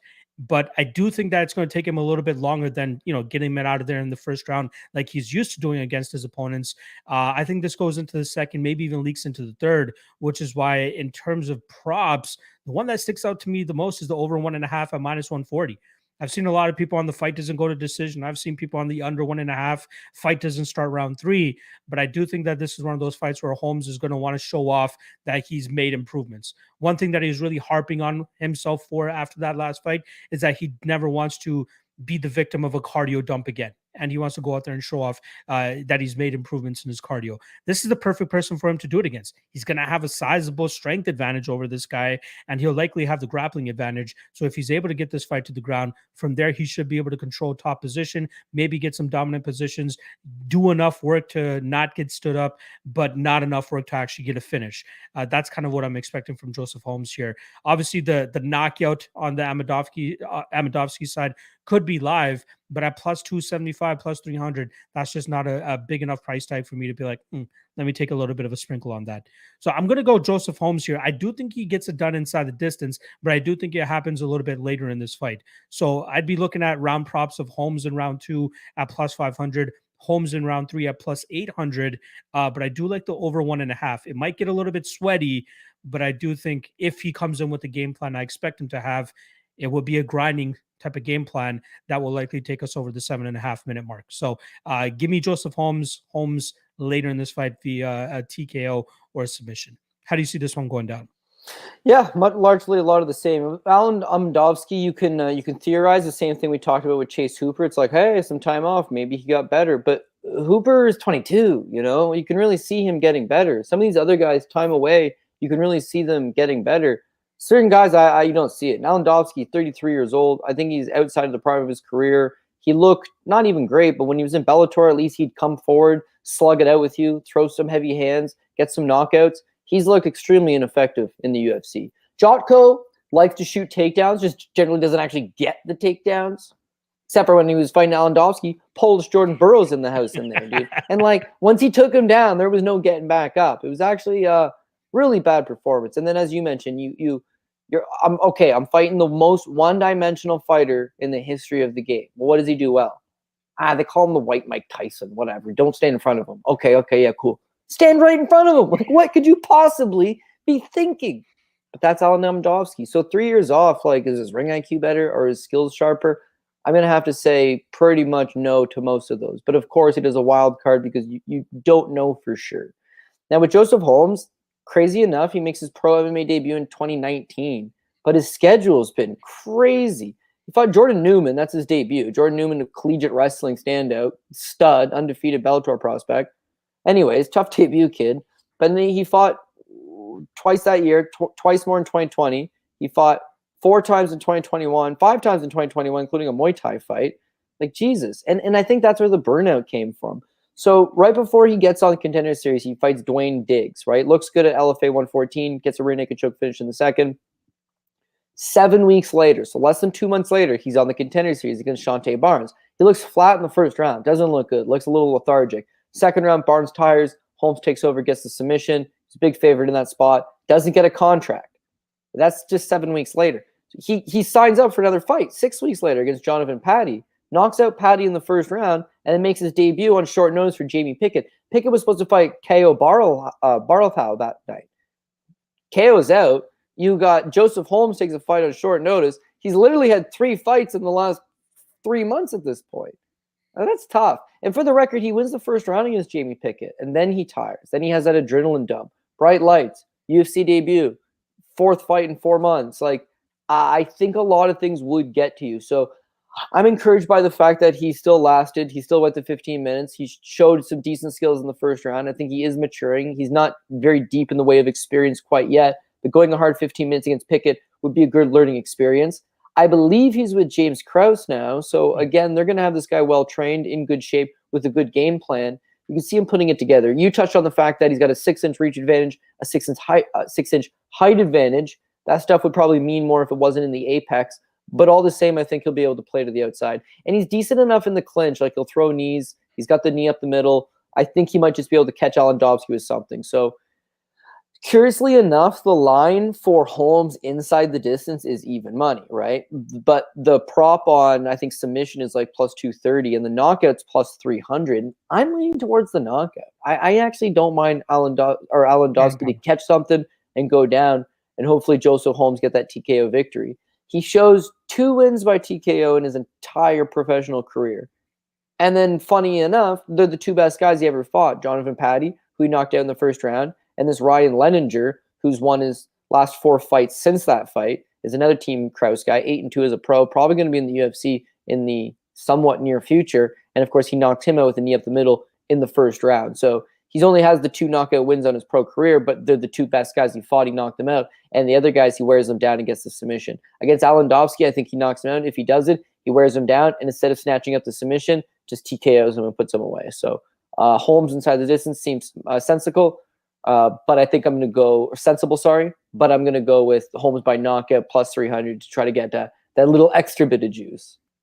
Yeah, obviously take it with a grain of salt, but talking to James Krause a little bit about Joseph Holmes, he's very excited for him to go out there and, put on a better performance in his sophomore walk to the cage here against Mr. Alan Amedovski. So let's see if he can bring that to reality. All right. That does it for the prelims. Shout out to the 110 live viewers here. Feels like everybody's starting to realize that we are on the All-Star full-time, and we're starting to get the group of guys that were usually watching this show live, starting to watch it live once again. So shout out to all you guys for following us over here to the All-Star. Make sure you guys hit them with a like and subscribe as well to let them know that the Propping You Up crew is for real, and that you guys really appreciate us being on their channel. And the best thing you guys can do, drop a comment as well. Let us know what your favorite prop is for this upcoming card, and we can talk about it next week if it ends up cashing or not as well. So please do show us some love in that aspect. Obviously, show some love as well to BetOnline, betonline.ag. Make sure you guys use the promo code that's in the description below. Just click that link, sign up with them. They'll give you a 50% match on up to 1K for your welcome bonus on your first deposit. And you want to sign up to BetOnline because if I'm not mistaken, they are the first bookie to drop odds on any fight. They drop the props first as well. They also drop regional MMA betting as well. And we're still working on getting Cody's fight league on there as well, so we can maybe bet on some of his fights that he's going to be putting together for June 25th out Niagara Falls. For anybody that's in that area, make sure you guys go check it out. What's it called again? Brawl by the Fall. What's it called, Cody? Yeah, well, if you're doing it by the falls, obviously Brawl at the Falls always comes to mind. But yeah, it's a Front Row Fight Club, There so you go, their front row first fight club. event. But yeah, it looks like it's going to be hopefully, I mean, on the matchmaker. So I think it's going to be a good card. But yeah, if you're in the area, give me a shout. Love to meet you in person. Love to have you out at the fights. And then if we can set something up so that people who can attend the fight can, obviously there'll be an internet stream you can watch the night of. But if you can bet on it, even better. There you guys go. All right. Let's get to the main card here. First fight up, we're looking at Eric Anders taking on Jun Young Park in a middleweight contest. In terms of odds, we got minus 205 on the Korean fighter, plus 160 on Eric Anders. Now, I remember the hype behind Eric Anders after he started or after he joined Fight Ready. I believe that was before his first fight against Darren Stewart. He looked like an absolute beast in that cage for the 4 minutes and 37 seconds that fight took place. Unfortunately, lands an illegal knee. That fight ends up being a no contest. They end up running it back, and good God, is it one of the worst fights I've ever seen. We get, a combined 14 minutes of control time, the majority of which was by Eric Anders there, and he wins that fight pretty much by holding Darren Stewart up against the cage. A very underwhelming fight, very underwhelming performance, but he gets 2 paychecks that night. He still gets the W, and that's what matters at the end of the day. Next up, he goes up against Andre Muniz, gets his arm snatched up, takes an L. Is there a fighter that is more inconsistent than Eric Anders? I really can't think of any guy other than maybe Michael Johnson, right? He's more Luke inconsistent than Sanders. anything. Luke Sanders, exactly. Guys that, and funny enough, another Arizona guy, right? Like another guy out of that Fight Ready MMA lab area type of thing. But I'm looking forward to seeing what Eric Anders brings to the table here. Before we actually get into like breaking down this fight and the nitty gritty of it, but talk about the mismanagement of Eric Anders starting off his UFC career. Starts off with 2 solid wins. Rafael Natal knocks him out in the first round, beats Marcos Perez by decision, and then gets thrown in a main event in Brazil against Lyoto motherfucking Machida. What are you doing, manager? What are you doing, UFC? You have a guy here that you want to bring on a little bit, not super slowly, right? Because he was a champion in LFA. He did beat Brendan Allen, if I'm not mistaken. So he has a good resume. But what are you thinking putting him up against Lyoto Machida at that point in time? I get it. He was the favorite that night. Very close fight. He probably should have deserved that decision.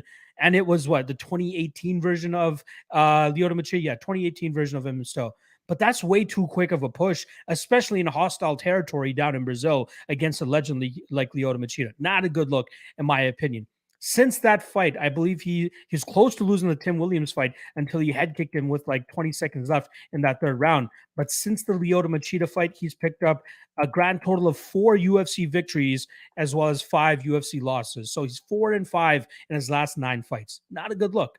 He's physically gifted, very much so, right? I believe he used to play football in college or something like that. Very physically gifted.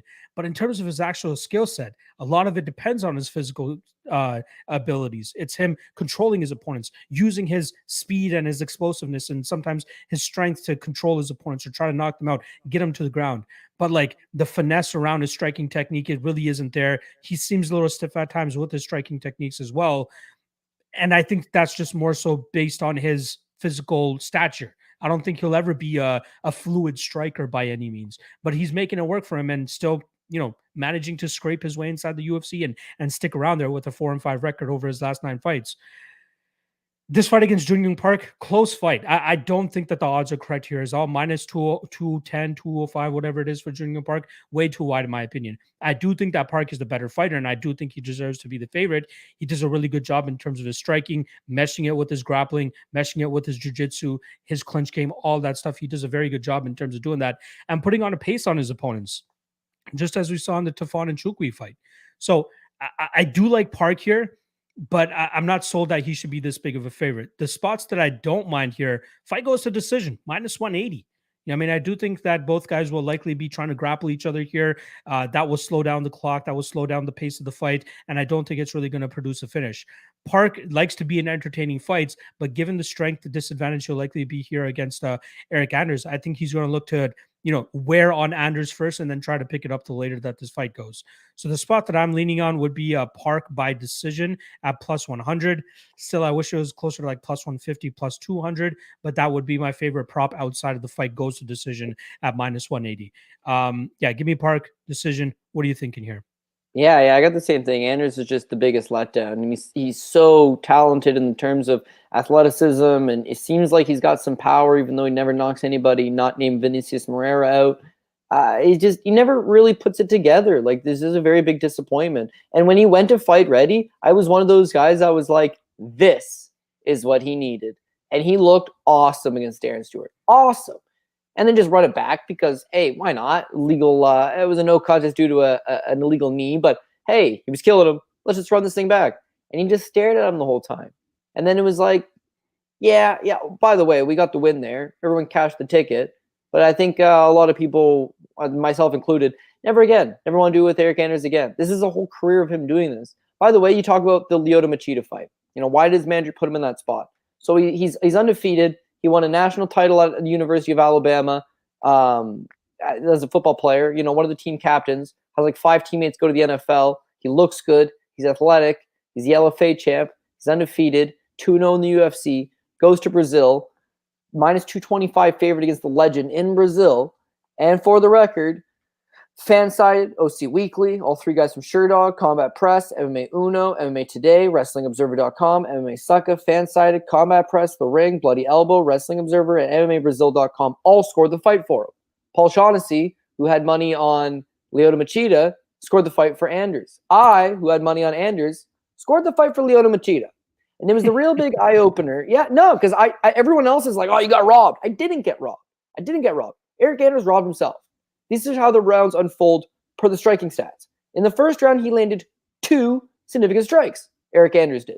2.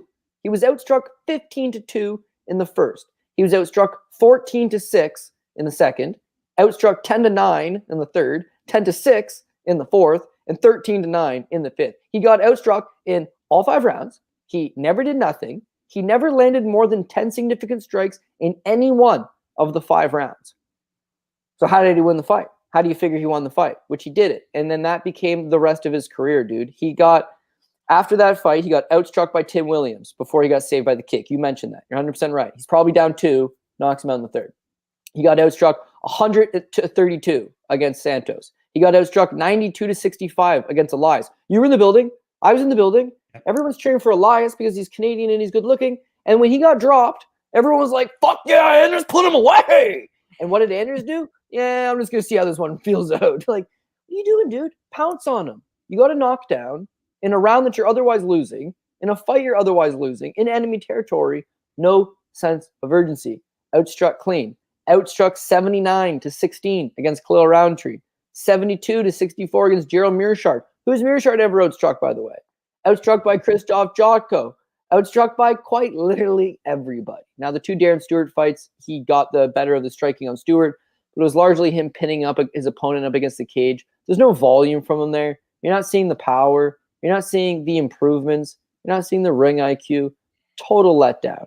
And as I say that, Jung Young Park's probably going to try to brawl in the pocket with him and get clipped by something. Like, it's MMA. It's a crazy sport. The Iron Turtle's not invincible anymore because you saw him fight a bonehead game plan against Rodriguez his last time out. But I think he's got just superior volume, superior pace, and I think he'll probably learn his lesson a little bit here. It was just like, don't rush the kill. Like, you've got Rodriguez hurt. He's stunned. He's a little bit tired himself. Just like, wait. Don't rush the opportunity. Let it open itself up. Against Anders, I don't think he's going to knock him out. Anders has got some pretty good durability, to be honest with you. But I think he's just going to be able to out-volume him, push him backwards, keep his back up against the cage, and hopefully win the decision. So I got Park winning a decision here. There we go. Let's see if the fight ready guys can actually turn Eric Anders around, especially after that last loss. But I'm glad that mental. Cody. Physical, he's got it all. What can he do, right? But Yeah. even the Muniz fight, I remember talking to some people, and they were like, Muniz can't wrestle, for the record. And Anders is a big brick wall of a guy. And it's like, yeah, that's a fair point. But here's the thing. Eric Anders will just end up on the ground because it's Eric Anders. He just always ends up in the worst position possible. You know, he'll stand in front of Thiago Santos. He'll go to the ground with Andre Muniz. There's no rhyme or reason. He's just like a guy that's shit in a lot of apple pies, right? Yeah. So fool me once, shame on you. Fool me 6 times? No, can't go down that road again, right? There you go.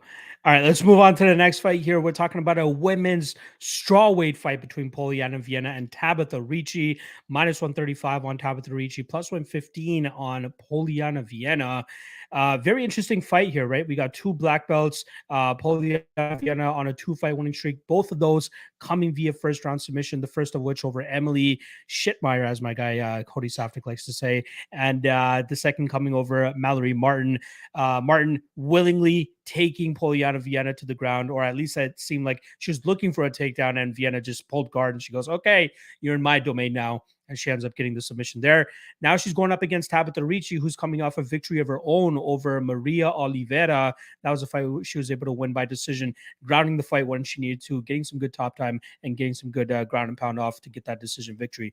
Before that, she made a short notice debut up a weight class against a much bigger and much more vicious Manon Fiorot. She was not able to last the majority of that fight. She ends up getting finished 3 minutes into the second round.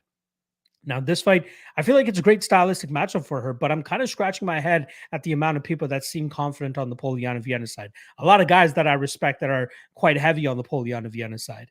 Viana is very solid jiu-jitsu. Don't get me wrong. As you can see, just going through a record, she likes to work off of her back, and she really likes to, throw up submissions, throw up arm bars, throw up triangles. But she's going up against a legitimate black belt here in Tabitha Ricci, who I feel will do good enough in terms of staying out of those bad positions. People want to go and look at, her jiu-jitsu matches and see, the times that she's been tapped over there and say, oh, that's going to have an effect on how this one goes down. But, the one thing you can't do in jiu-jitsu that you can do in MMA is punch. And I feel like Tabitha Ricci will likely, start to punch down on Poliana Viana if she ever tries to, throw up submissions or arm bars or anything like that. Be able to get out of those positions, maybe even get into half guard. But I expect this fight to play out on the mat for the most part, because that's where both of these women more often than not look to take their fights. I do think that Tabitha Ricci trusts her jiu-jitsu to stay safe against Poliana Viana. And why shouldn't she, right? There's girls in the past who have been able to survive on the ground against Viana. Like, I feel like when people are breaking down Viana's jiu-jitsu, they make her sound like she's Ryan Hall or like this crazy jiu-jitsu wizard that no matter what, as soon as you end up on the ground with her, you're going to get submitted. She's going up against a legitimate black belt here in Tabitha Ricci. So in terms of the striking, it seems like Viana isn't the most comfortable on the feet, but she throws crisp shots down the middle with the intentions of either trying to knock you down or, get a knockout of her own, as she did against Amanda Kibos on the regional scene. But I think that Ricci, with her movement, should be able to evade those big shots, get her own striking off. But I think it's just a matter of time, either before Poliana Viana pulls guard or Tabitha Ricci goes for a takedown and is successful with it. I think she'll do a good enough job in terms of staying safe on top, landing her ground and pound, and grinding this fight out over the majority of 15 minutes. So over 2.5, minus 160. I like that. Fight goes to decision, minus 135. I like that. And Tabitha Ricci via decision, plus 180. I like that as well. Am I off here? What are your thoughts on this fight? No, I totally agree. I really do. The thing with MMA, and I guess in any sport in general, right? It's all about that recency bias, right? It's all about what have you done for me lately. And I'll never forget this. Poliana Viana is billed as a Brazilian Jiu-Jitsu world champion. She's not just good at Jiu-Jitsu. She's a world champion. She's got excellent Brazilian Jiu-Jitsu. So she fights JJ Aldrich, and she gets a takedown, spends about a minute on top, and then JJ Aldrich sweeps and just gets back up. So I was like, that was interesting.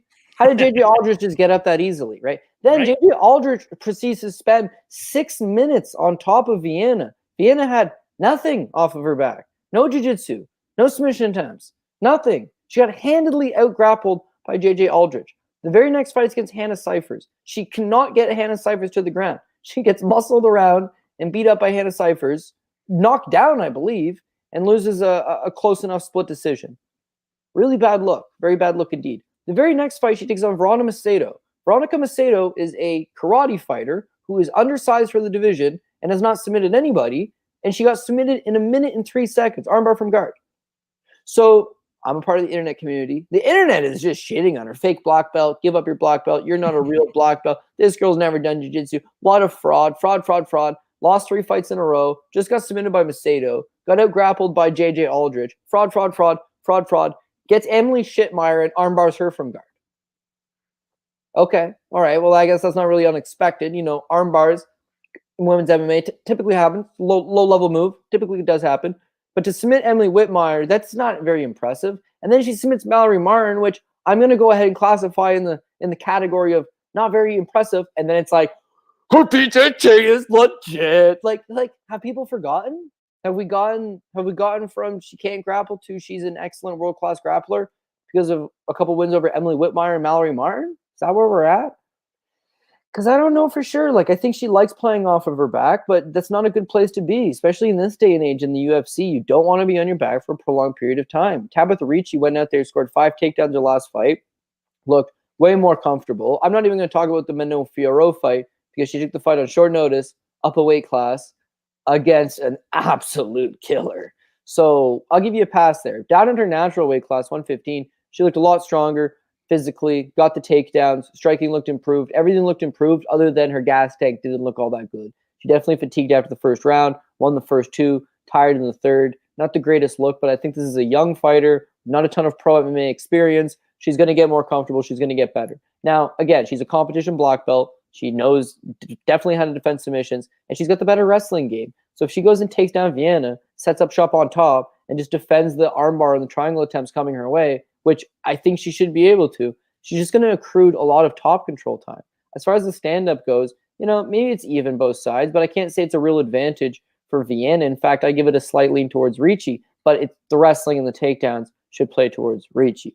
So I think you're only going to see her get more comfortable and get better and get more experience as time goes on in the UFC. And with Viana, like I seen it.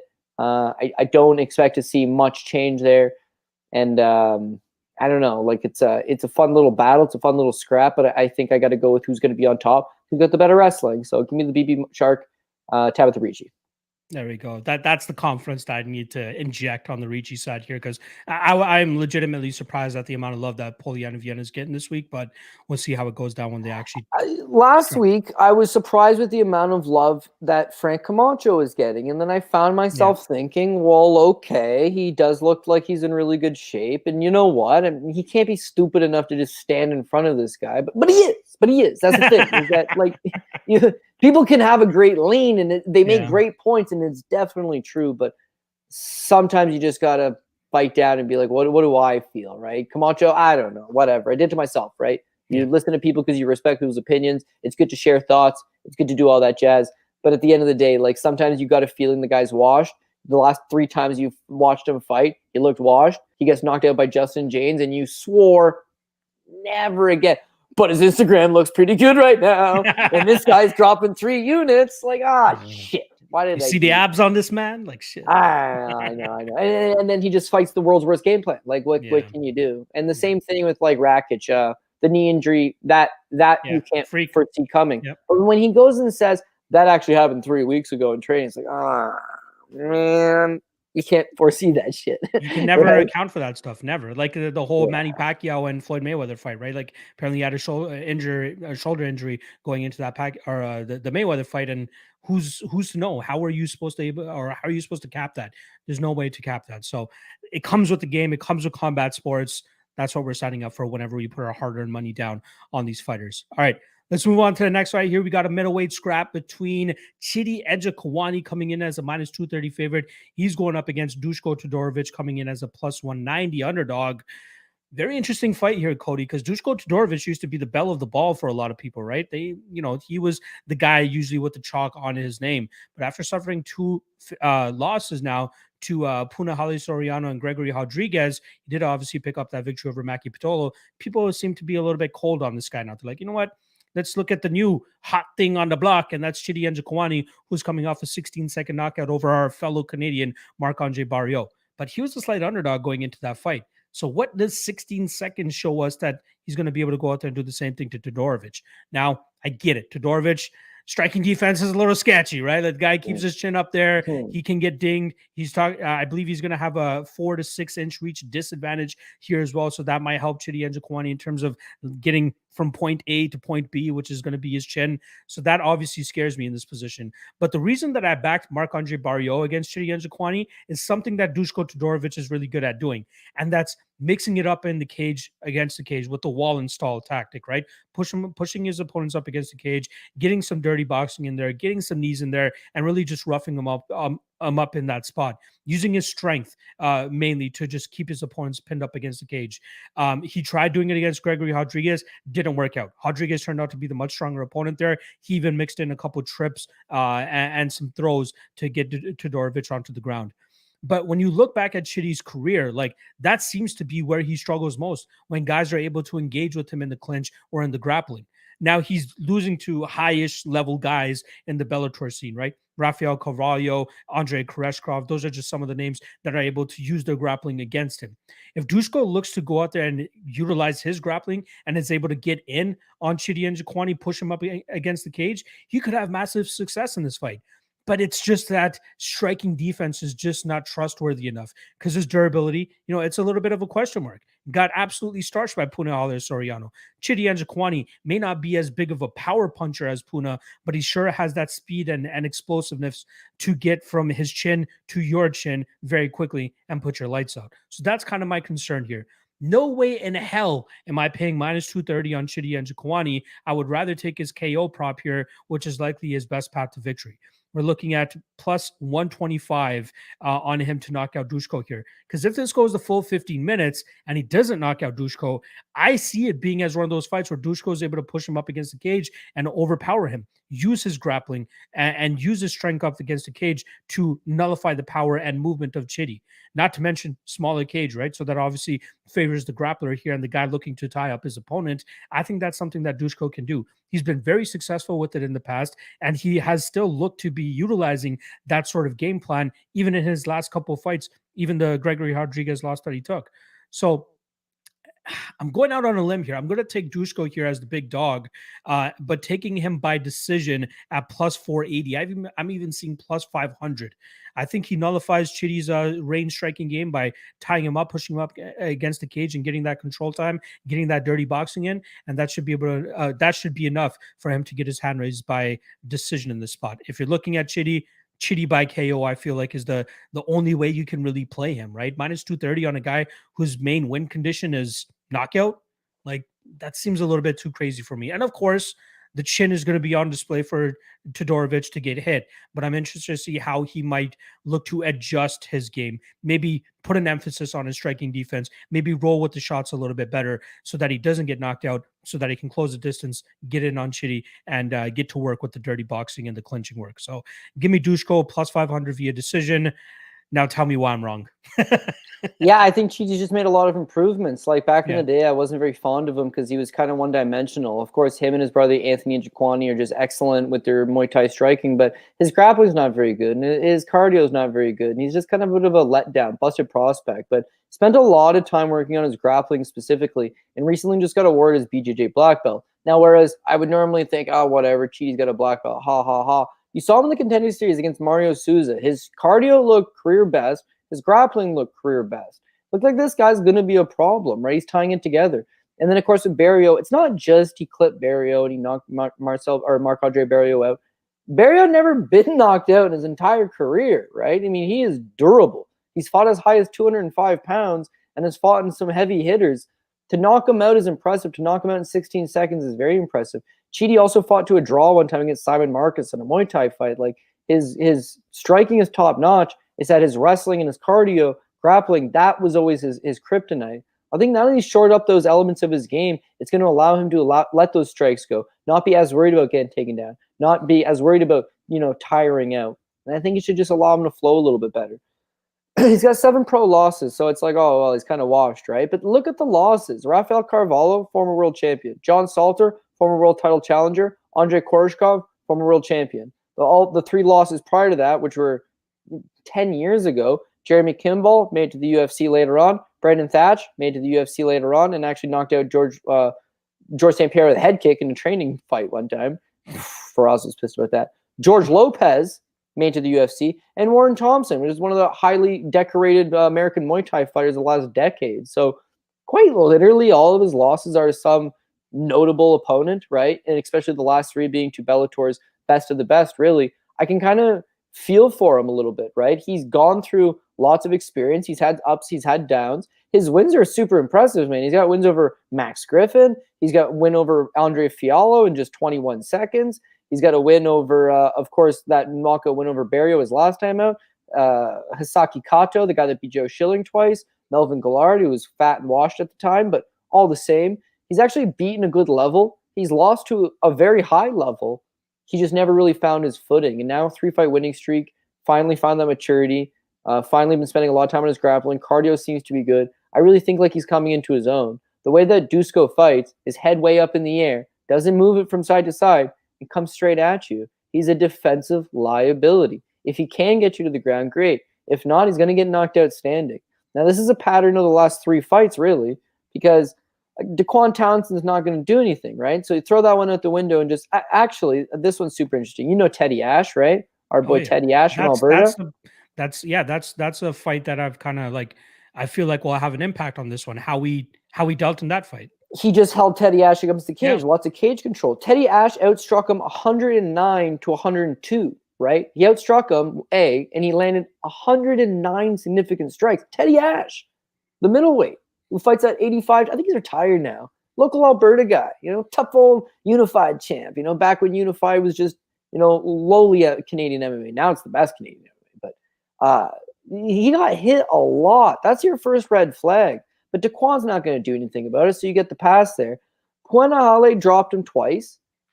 Everything he threw landed flush. Everything he threw wobbled him, and he puts him away pretty easily. It was like, damn, the kid's got to work on that. Against Gregory Rodriguez, he just got bombed on, man. Everything landed. Everything hit him clean. He got no offense going. Of course, he got taken down 3 times. And then that last fight with Maki Pitolo, he is very soundly getting beat up standing.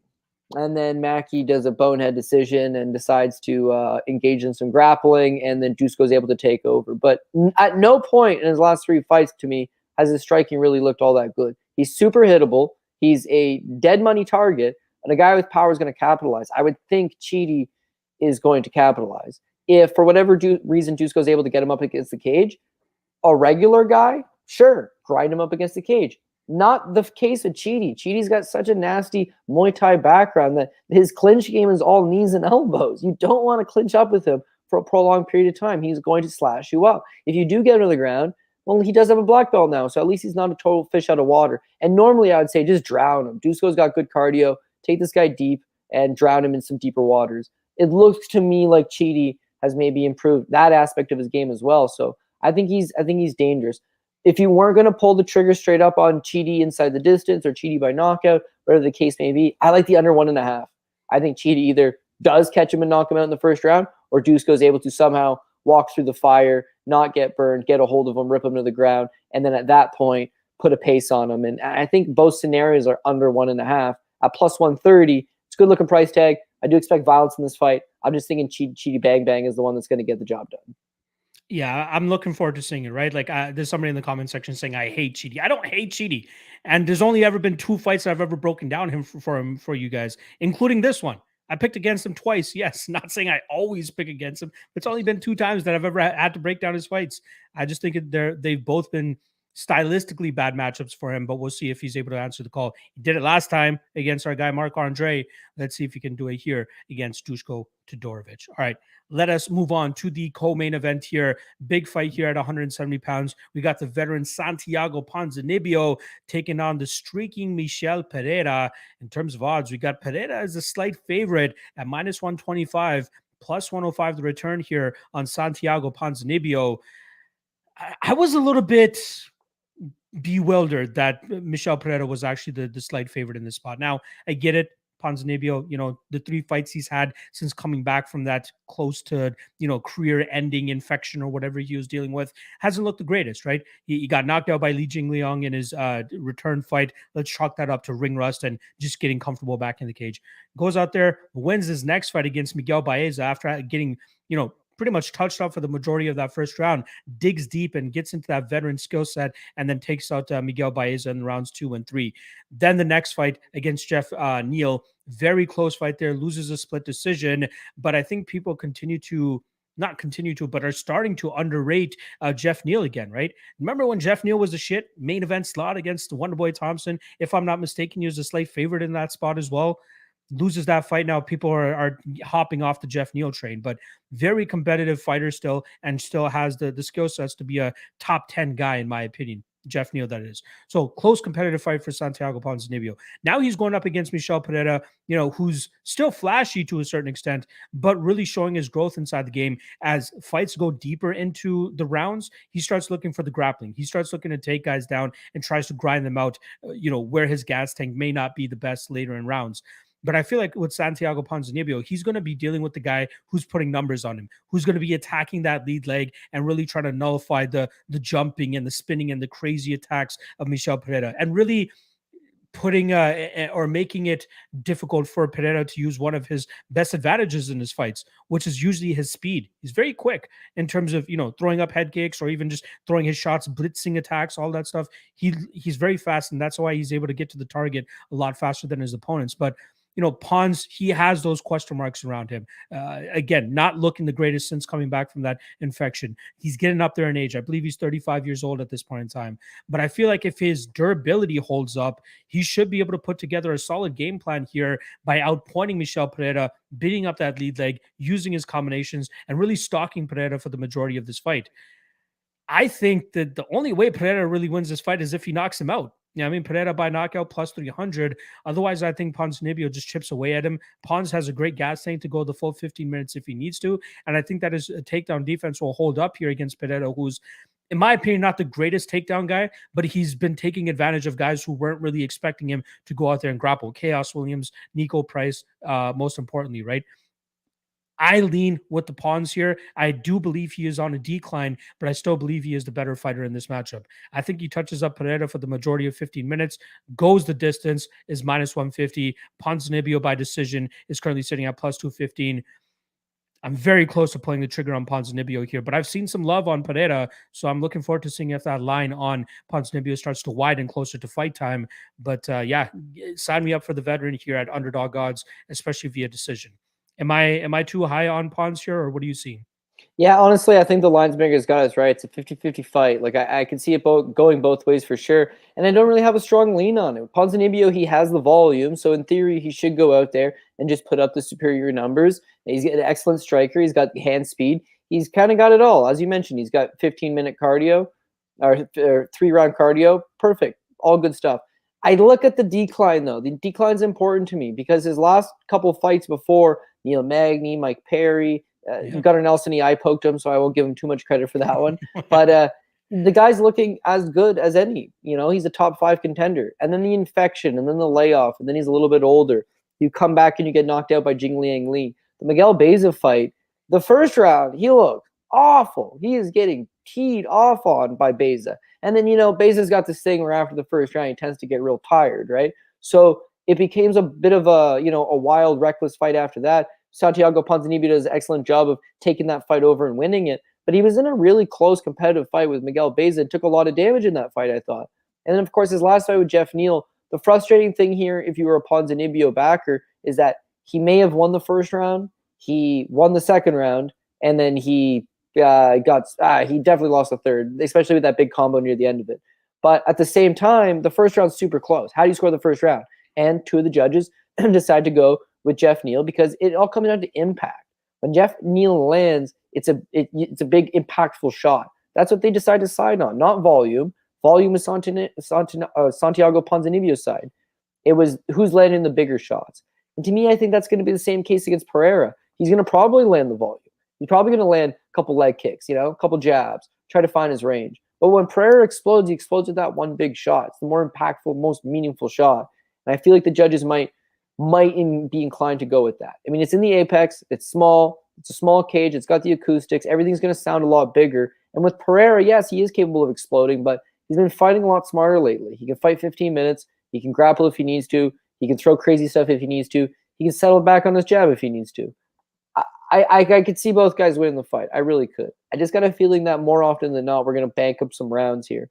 Because even though Ponzinibbio can knock out anybody in the division and Pereira can knock out anybody in the planet, it just feels like they're going to respect each other a lot. Pereira's been fighting really smart lately. Part of that is he respects his opponents now. He didn't at one time. Tristan Connolly, I'm just going to run around at this guy and act like a goof. But as soon as it didn't work, it's like I need to figure things out. The illegal knee against Diego Sanchez. Geez, maybe I got a little too emotionally involved in that. Now he's fighting a lot more patient.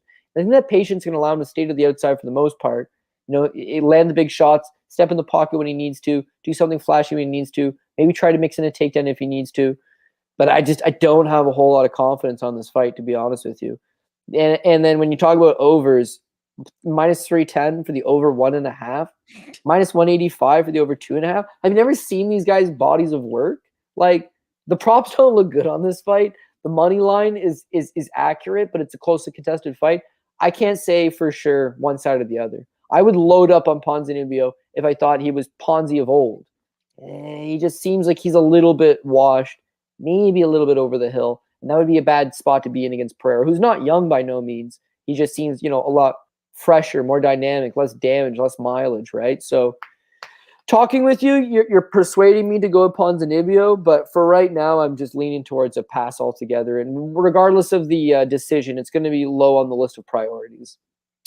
Considering that Pereira has 40 professional MMA fights, you would think he's getting up there in age. The guy's only 28, which kind of surprised me. I was like, yeah, that's right. He's super young. And was that's training out of surprising. Michigan. Like, I don't know how the hell he got to Michigan.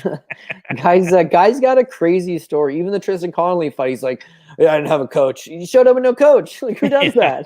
Like, anyways, Exactly. the guy's a character, but if he fights smart, I think he could pull it off. Sure. You made a lot of good points on Ponzinibbio, though. Yeah. All right. That brings us to our main event. Shout out to the 130 live viewers that we currently have. Make sure you guys hit that like and subscribe for the All-Stars. Show them that you guys appreciate us propping you guys up on a weekly basis. And make sure you guys drop a comment as well with your favorite prop for this card. And we'll see if it ends up hitting next week. And also shout out to BetOnline as well. Make sure you guys sign up with them with the link below in the description. They'll match your initial deposit up to 50%, up to $1,000, I should say, actually. They are probably one of the best sports books on the market, strictly due to them dropping odds first, having great props for you guys to bet on, and not to mention having regional MMA for you guys to bet on as well. I'm sure since there's no UFC next week, there will be something on BetOnline that you guys will be able to bet on next week. Make sure you guys check them out in the description below. And shout out to Cloudbet as well. And we got a bunch of props that they've put up for the show that we'll get on to the back end after we get through our 3 best props. But first, let's tackle the main event, Cody. Main event, 135 pounds women's bantamweight fight. Holly Holm, the ever veteran Holly Holm, coming in as a minus 250 favorite, plus 200 the return on Ketlen Vieira in her second spot in a main event for the UFC. Very intriguing fight. And it looks like we lost Cody real quick there. I'll get him back in here as soon as he hops back in here. But goddamn, that was hilarious how I started that. So I'll kick off the breakdown as I always do. Holly Holm, probably one of the best 25-minute fighters, right? She does a very good job in terms of asserting her dominance with her striking and her movement. And we got my guy Cody back, thank God. But Holly Holm, probably one of the best to do it over 25 minutes, right? We saw it perfectly in the Irene Aldana fight, which was her last one. I believe that was October of 2020. So it's been a while since we've seen Holly Holm inside the cage. But in that fight specifically, we saw her stay on her bicycle for the majority of that fight. I would love to get the statistic on how much distance she traveled in that fight, because she was moving every second of that fight, but found the opportune moments in terms of closing the distance and letting her strikes go, getting a good, 2, 3, 4 punch combination, followed by a kickoff, and then getting back out into space before Irene Aldana could get anything off. And not just that, she mixed in some takedowns and had some very good success in terms of controlling Aldana on the ground. There was one judge that actually scored round 3 a 10-8 for Holly Holm because of the damage she was able to do from on top in that round. So we're seeing an evolution in Holly Holmes' game as well. She knows that like the reflexes and all that stuff are going to start to slow down at this age. So let's start to use her strength more, just as she did in the Raquel Pennington fight, a very boring fight where she just held her up against the cage for the majority of that 15 minutes. Then the Irene Aldana fight, she used her reflexes to a certain extent, but knew that, okay, at a certain point, I'm going to have to mix some takedowns. I'm going to have to mix in the clinch and try to overpower this woman. Now, if I'm not mistaken, she's one of the most tested, if not the most tested USADA athlete on the roster, but she's got the greatest doctor in the world right now, because it's no secret. Like, she must be on some sort of chemical or substance that's allowing her to continue to perform at this high level and have this physique at 40 years old. And she goes out there and shows she hasn't really lost a step. I think that Ketlen Vieira is really very much going to struggle in this fight. She's going to be throwing at air a lot in this fight. I think she'll have like a 20 to 25% success rate in terms of her significant strikes, because the vast majority of her success comes when she's able to engage with her opponent in the pocket. Holly Holm's not going to be there to engage in the pocket. She's going to be on her bicycle and she'll land those strikes, get back out, or even mix in a couple of takedowns if she needs to.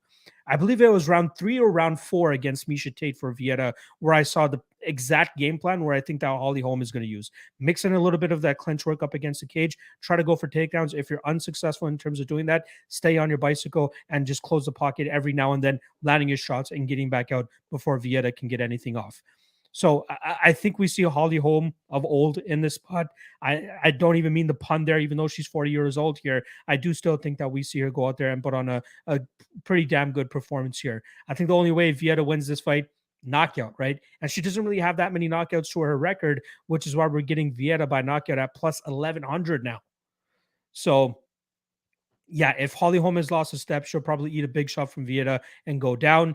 That would be the best hedge. Otherwise, give me a Holly Holm by decision at minus 115. Like, that's the best way to play it, in my opinion. She could potentially pull out her patented head kick here in case Vieira gets a little bit too aggressive, gets sloppy, and gets countered with the head kick and gets knocked out.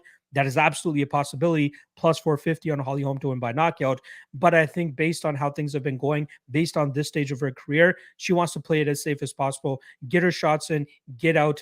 Don't overcommit on anything too much. Maybe land a takedown or two if you need to. Use your strength against Ketlen Vieira and just grind this fight out over 25 minutes. Last thing I'll say about this, and I'll flip it on over to Cody. I get we're in the smaller cage compared to what they were fighting at Fight Island for Aldana, but I still do think that she'll have more than enough space to just circle as much as she needs to in this cage and get off her shots as best as possible. So Holly Holm decision, minus 250 is accurate. Might even be a slight steal after this fight is actually over with. But as I named my podcast earlier this week, I think Holly Holm hands out a veteran lesson this weekend against Ketlen Vieira. So give me a Holm decision, minus 115. Cody, what do you got here? Yeah, I think the small cage usually matters a lot more when it's like Parker Porter and Jolton Almeida. They're very large. Could be get a hold of them. Women 135-pound fighters, like, there's going to be a lot of space to operate and work with, and Holly Holm can move as good as any of them. So I agree with pretty much all your points. I think she stays to the outside. She chips away at her. Is it going to be a vintage performance from Holly Holm? She's got 38 pro boxing matches. This is her 20th pro MMA fight. She's 40 years old, and she's fought all of the best for like 2 decades, and yet she looks as good as she ever has. I made the joke to Paul yesterday. She's the preacher's daughter. Like, what was this preacher making a deal with, man? The devil, like, don't let my daughter ever grow old. Make her timeless. I sell my soul. I don't know what the deal the preacher had, but his daughter just keeps fucking getting better, dude. 40 years old, the last fight with Aldana, 154 significant strikes landed, 5 takedowns, 5-round cardio for days. You'd always see her and John Jones, like back in the classic, like the golden era vintage days. And she's just like built like a racehorse. And this guy's built like a racehorse. These are world-class premier talents. Then you'd see them again. And John's wrapped up around a telephone pole. And Holly's in excellent shape still. And John's sniffing cocaine. And Holly's in excellent shape still. This girl is such a consummate pro. She's never let herself get out of shape. She's just always improved her skills. And similar to a Caitlin Chikagian, where they start off very one-dimensional with the striking, kickboxing, good movement, all this and that. You see them earn BJJ black belts. You see them work on their wrestling. Now it's just extra, skills that you can bring into the octagon, different things that you can try to rely on if you need to. Holly Holm seems as well-rounded as any. So the way she matches up with Ketlen Vieira is good. Stay to the outside, chip away at her, use your speed, use your kicks, use your range. If the fight does end up in the clinch, you're going to be okay there. If the fight does hit the ground, you're going to be okay there. And you do not see this very often. You honestly don't. Not unless they're total putzes. Definitely not in fighters that headline cards. Ketlen Vieira lands 3 strikes per minute, and she absorbs 4 strikes per minute. It's a negative differential. She got outstruck by Kelly Fascholtz 44-13 and won a split decision. She got outstruck by Sarah McMahon. She got outstruck handedly by Kat Zingano. She got outstruck by Irene Aldana. She got outstruck by Sindra Eubanks. She got outstruck 47-7 by Yana Tkunakea. And she got outstruck by Miesha Tate. In 9 fights, how many she had? 3, 6. In 8 UFC fights, she's been outstruck in 7 of them. She gets outstruck all the time. Her striking's not good. I will admit, it was impressive that she put up over 100 against Tate and that she actually fought 5 rounds her last time against Tate. But Tate broke her nose like early in Yeah. the fight and then just seemed so hesitant to really commit to anything. Whereas I don't think Holmes is going to have that issue. I think she's just a very much more refined, cleaner, smoother striker than Miesha Tate is. She is able to, dictate the range a lot better. Her rhythm's a lot better. Her timing and her speed are a lot better. Like, she's just a much more adequate striker than Miesha Tate. So if this fight largely spends its time on the feet, then I think she's going to be okay. So I got Holm. The real question, though, is I was dead set on Holm by decision, right? I like Holm by decision. And then talking to Paul yesterday, he brings up some excellent points. And then you're bringing up a lot of the same ones where that head kick could be on display. She could tire her out. If there are levels to this and she just spends 3 or 4 rounds chipping away at her, the kill shot will eventually open itself up. And whereas I like decision, that extra 2 rounds could be a big factor. Now, I know you like your greasy round 4, round 5 props. Holly Holm in like the 4th or 5th round. I mean, they both pay a really large price. Plus 2,500 round 4, plus 3,000 round 5. Ooh, yeah, like, you know what? Drag her into deep waters and punch her in the face, man. It's definitely live to happen. Definitely live. Yeah, no, it's possible. I do think that Vieira might have a little bit of a cardio issue, which is why I kind of leaned on Miesha Tate in the last fight, because I thought that as the fight wore on, that Tate would be able to start landing takedowns. But man, like you said, she got her nose busted up early in that fight and seemed hesitant for the majority of it. Now you're fighting Holly Holm and you're going to be whiffing at air for the majority of that. And what's more tiring than whiffing at air? You know what I mean? Like, you're just going to be whiffing at air the entire time with Holly Holm running circles around you. That head kick could present itself later in this fight. So yeah, I might have to sprinkle those round props as well. I'm glad that you reminded me of those. I thought they were going to be closer to like plus 1,200, plus 1,300, but good God, plus 2,500, plus 3,000. Take my money, guys. Take my money. Shout out to Burgundy Bets here, throwing the FanDuel prop here. Round 4 or 5 decision, minus 145 for a Holly Holm. I don't mind that. You know what I mean? If she does finish here, it'll likely come later in this fight as Vieira starts to slow down. I could see that, but I do think it's ultimately going to come via decision. All right, let us get to our 3 prop bets. And there is actually a special prop for the Holly Holm fight presented by Cloudbet, which we'll get into after the 3 best props. So let's get into that first. Let me just add that to the screen here as soon as I... Oh, did we lose Cody? There he is. Okay, there we go. Like, did my thing jittered out again? Yeah, exactly. All right, first up for me, we're going to go with Jonathan Martinez via decision, plus 115. I think he stays away from the quote unquote power of Vince Morales and then pretty much pieces him up, lands over 100, maybe 120 significant strikes over 15 minutes, wins that fight via decision. Next up, I'm going Omar Morales and Uroš Medic under 2.5 at minus 160. I'm expecting early violence there, whether it's Medic putting out Morales and the durability issues of Morales have completely caught up with him, or Morales survives the early onslaught, eventually gets him out of there, maybe late first round, maybe second round, but I think we're going to see violence regardless. And then lastly, just as we spoke about, I'm going to go a Holly Holm via decision, minus 115. What did they say last week, Cody? Katlyn Chookagian, death taxes, and Chookagian by decision. We can pretty much say that about Holly Holm as well. But as we said, that late finish could be live in the spot, but I do like her via decision, as that is historically the way she gets the job done. All right, Cody, your turn. Okay, kicking it off, we're going to go with Elise Reed by decision. I know you disagree with this one, but I think similar to a Holly Holm, she's just going to fight a poor woman's Holly Holm version game plan. Stay to the outside, chip away with the kicks, you use the range, play the distance, and then chip away. So I think that it's going to be live to happen against Sam Hughes, who's a little bit susceptible to just marching forward and not cutting off her opponents properly. So hoping for the best there. Reed by decision, plus 105. Got to get a little juicier here. So we're going to move to Njokuani versus Todorovic, under 1.5 at plus 130. I mean, honestly, the way Njokuani can line a guy up and knock him out, I think that he's going to probably be live for that first round knockout against Todorovic. His head's way up in the air. He's susceptible to getting hit. He's a defensive liability. All these things. We know he doesn't move his head. He'll be live to get hit in the first round.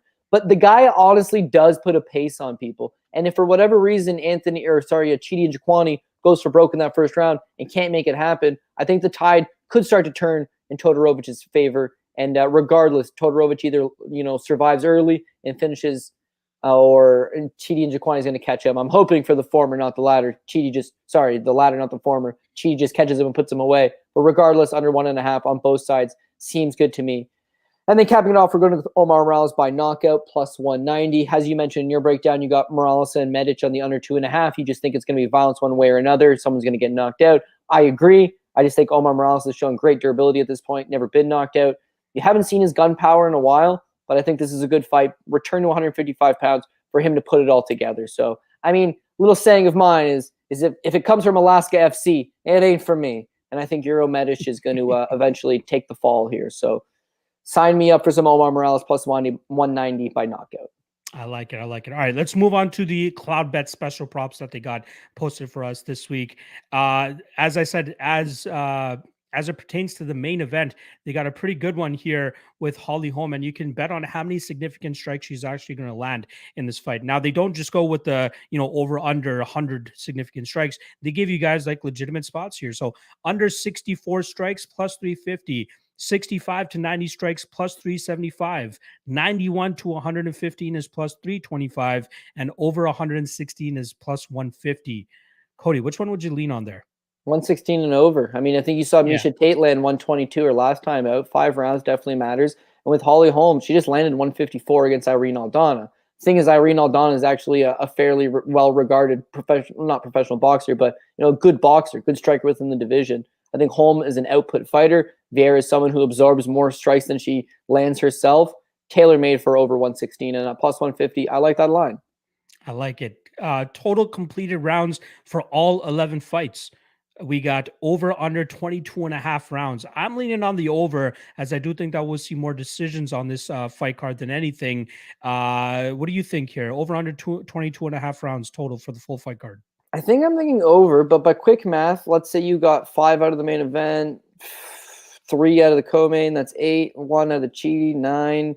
Tabitha Ricci, Paulie, and Viana is probably going to go 3. You got 12. Park and Anders is probably going to go 3. You got 15. Joseph Holmes, let's say it's a first rounder, 16. Almeida, if he got first round, 17. Morales in the first round, 18. 20, 21. Yeah, over. If Reed, Hooper, and Martinez all go to decision, I think those 3 will. Then, I would say the over on rounds. I like that as well. Total takedowns. Now, last week it was 24.5. Now they're giving us 22.5. I do lean with the under here. I don't think that we'll get as many takedowns. I do think that we'll hit closer to the 18 to 20 range. Do you have a lean on this one at all? No, last week when we did our little breakdown, it was like some of these had the potential to be 4, 5, 6, 10 takedown fights, and they weren't because he got submitted in like 30 seconds. So like, what are you gonna do? What are you gonna do? This fight, I think it's a lot different. You got a lot of striker versus striker, Reed versus Hughes, striker versus striker, Martinez Morales, strikers, right? Omar Morales versus Medic, strikers. Holmes versus Amedovski, likely going to be strikers. Anders versus Park, strikers. Chidi versus Dusko, could be a takedown here and there. Strikers. Santiago Ponzinibbio, Michelle Pereira, Holm. It's really hard to take her down. So I would say under for takedowns for sure. And it's a higher number than it was last week. And it's like, I don't know, way more striking affairs. So yeah, I actually don't mind the under on that one. I like that as well. Who will record the fastest finish on the entire card? I'm going to go with, you got to go with Jailton Almeida, right? Plus 800 on him to take out Parker Porter in that first round. I'm just trying to quickly look over the rest of it. Other possible contenders would obviously be Uroš Medic, as that is normally his path to victory is a first round finish. That's plus 1500. I think I'm going to go with Jailton here. What about yourself? Listen, it's not like they call him Cheaty Pow Pow. Hey. Cheaty Bang Bang. I think he goes out there and clips Dusko, puts him away. That head is just way up in the air. Yeah. So hopefully Cheaty's able to go out there and pull it off. Plus 1300 for him to win on the entire card. And then if you're just looking at main card and you take Chidi and Njokuani, you're getting plus 450. I guess I'd have to go with Chidi as well there. So if you guys want to play these props, make sure you guys check out Cloudbet.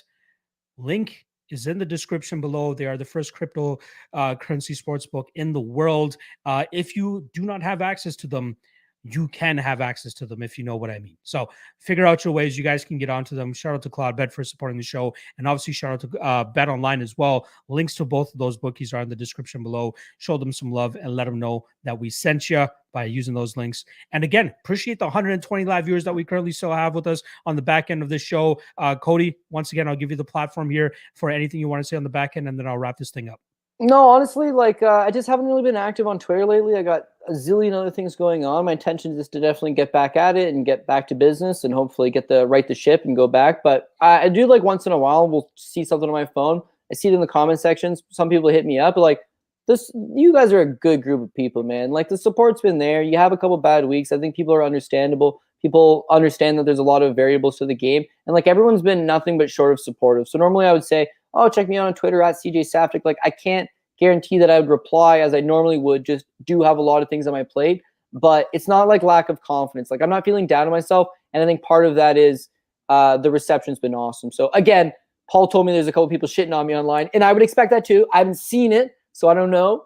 But I haven't seen it myself, but it must be just bitter people that are following, who haven't been with you when you've been hitting those big parlays or hitting those 3-4 liners or something like that, right? Like this is the gambling game, Cody. We know this. People are emotional with their money and they don't know how to manage their bankroll properly, all that type of shit. Those are the ones that are going to come out there and hate you because you've been around the game for years and years and years, wearing so many different hats, and you know this game way better than almost anybody in this game. So they should know that, and eventually it's going to pay off for them. But yeah, I don't see any of the hate myself. I don't know what Paul is talking about, but I'm sure there are people that are bitter. But you're one of the best in the game. That's why people come out and fucking want to hear your opinion, hear your perspective. And that's why this show is doing as well as it is. That's why Dogger Pass is killing it the way that it is as well, because you're a fucking genius. That's why. Well, I'll tell you what, dude. When you win, people tell you to go fuck yourself. So when you lose, I'd expect it to be worse, right? I mean, I think that's just like a natural expectation of life. However, nobody likes to be a loser, right? So let's get back in the win column, right? Bad luck won't hold us down forever. This is a shitty little 11 fight card. Sometimes that's where we thrive. So hopefully that's one of these cases. I'm going to try to put something up for Eagle FC tomorrow. Of course, I don't really trust a lot of them lines, man. I don't trust those lines. So no. we'll see what happens, right? But Khabib and Abdelaziz on the same promotion. I don't know what to tell you. I don't know what to tell you, right? Anyways, thanks for the support as always. Thanks for joining me to talk the fights. And yeah, man, looking forward to hopefully cashing this weekend and then rolling into that little bit of break with some renewed sense of focus. Perfect. And shout out to Steve Sparks here, letting you guys know, if you can't access Cloudbet, how to access Cloudbet. I don't really want to say it, but you guys can read it for yourself. All right. Appreciate all the love and support as always. Again, make sure you guys hit that like and subscribe. Drop a comment below as well. That is probably the most important way of getting the engagement and getting in the algorithm and all that stuff, is by having that engagement in the comment section below. Make sure you guys drop your favorite prop for this week. Let us know what you think of our props, our 3 best props. Do you hate them? Do you love them? Whatever it is, let us know in the comment section below. We truly appreciate it. Off week next week. And it'll be another off week the following week because I'll be having my wedding festivities. So I'll be wrapped up all week. You know us Indians, we have like 17 events in a week for a wedding. So I won't be able to do anything that week. We'll see. I'll talk with Cody and see if he'll be able to do it either with a replacement or by himself, or if we even have a show next that week for the Volkov and Rosenstrike card. So stay tuned for that information. But 100%, we will be back for UFC 275 the week of July 11th, I believe, or June 11th. I should say. The Glover Teixeira and Yuri Prochazka card will be back to prop you guys up for that.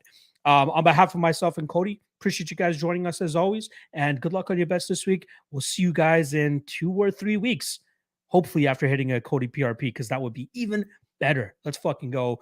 See you guys next time.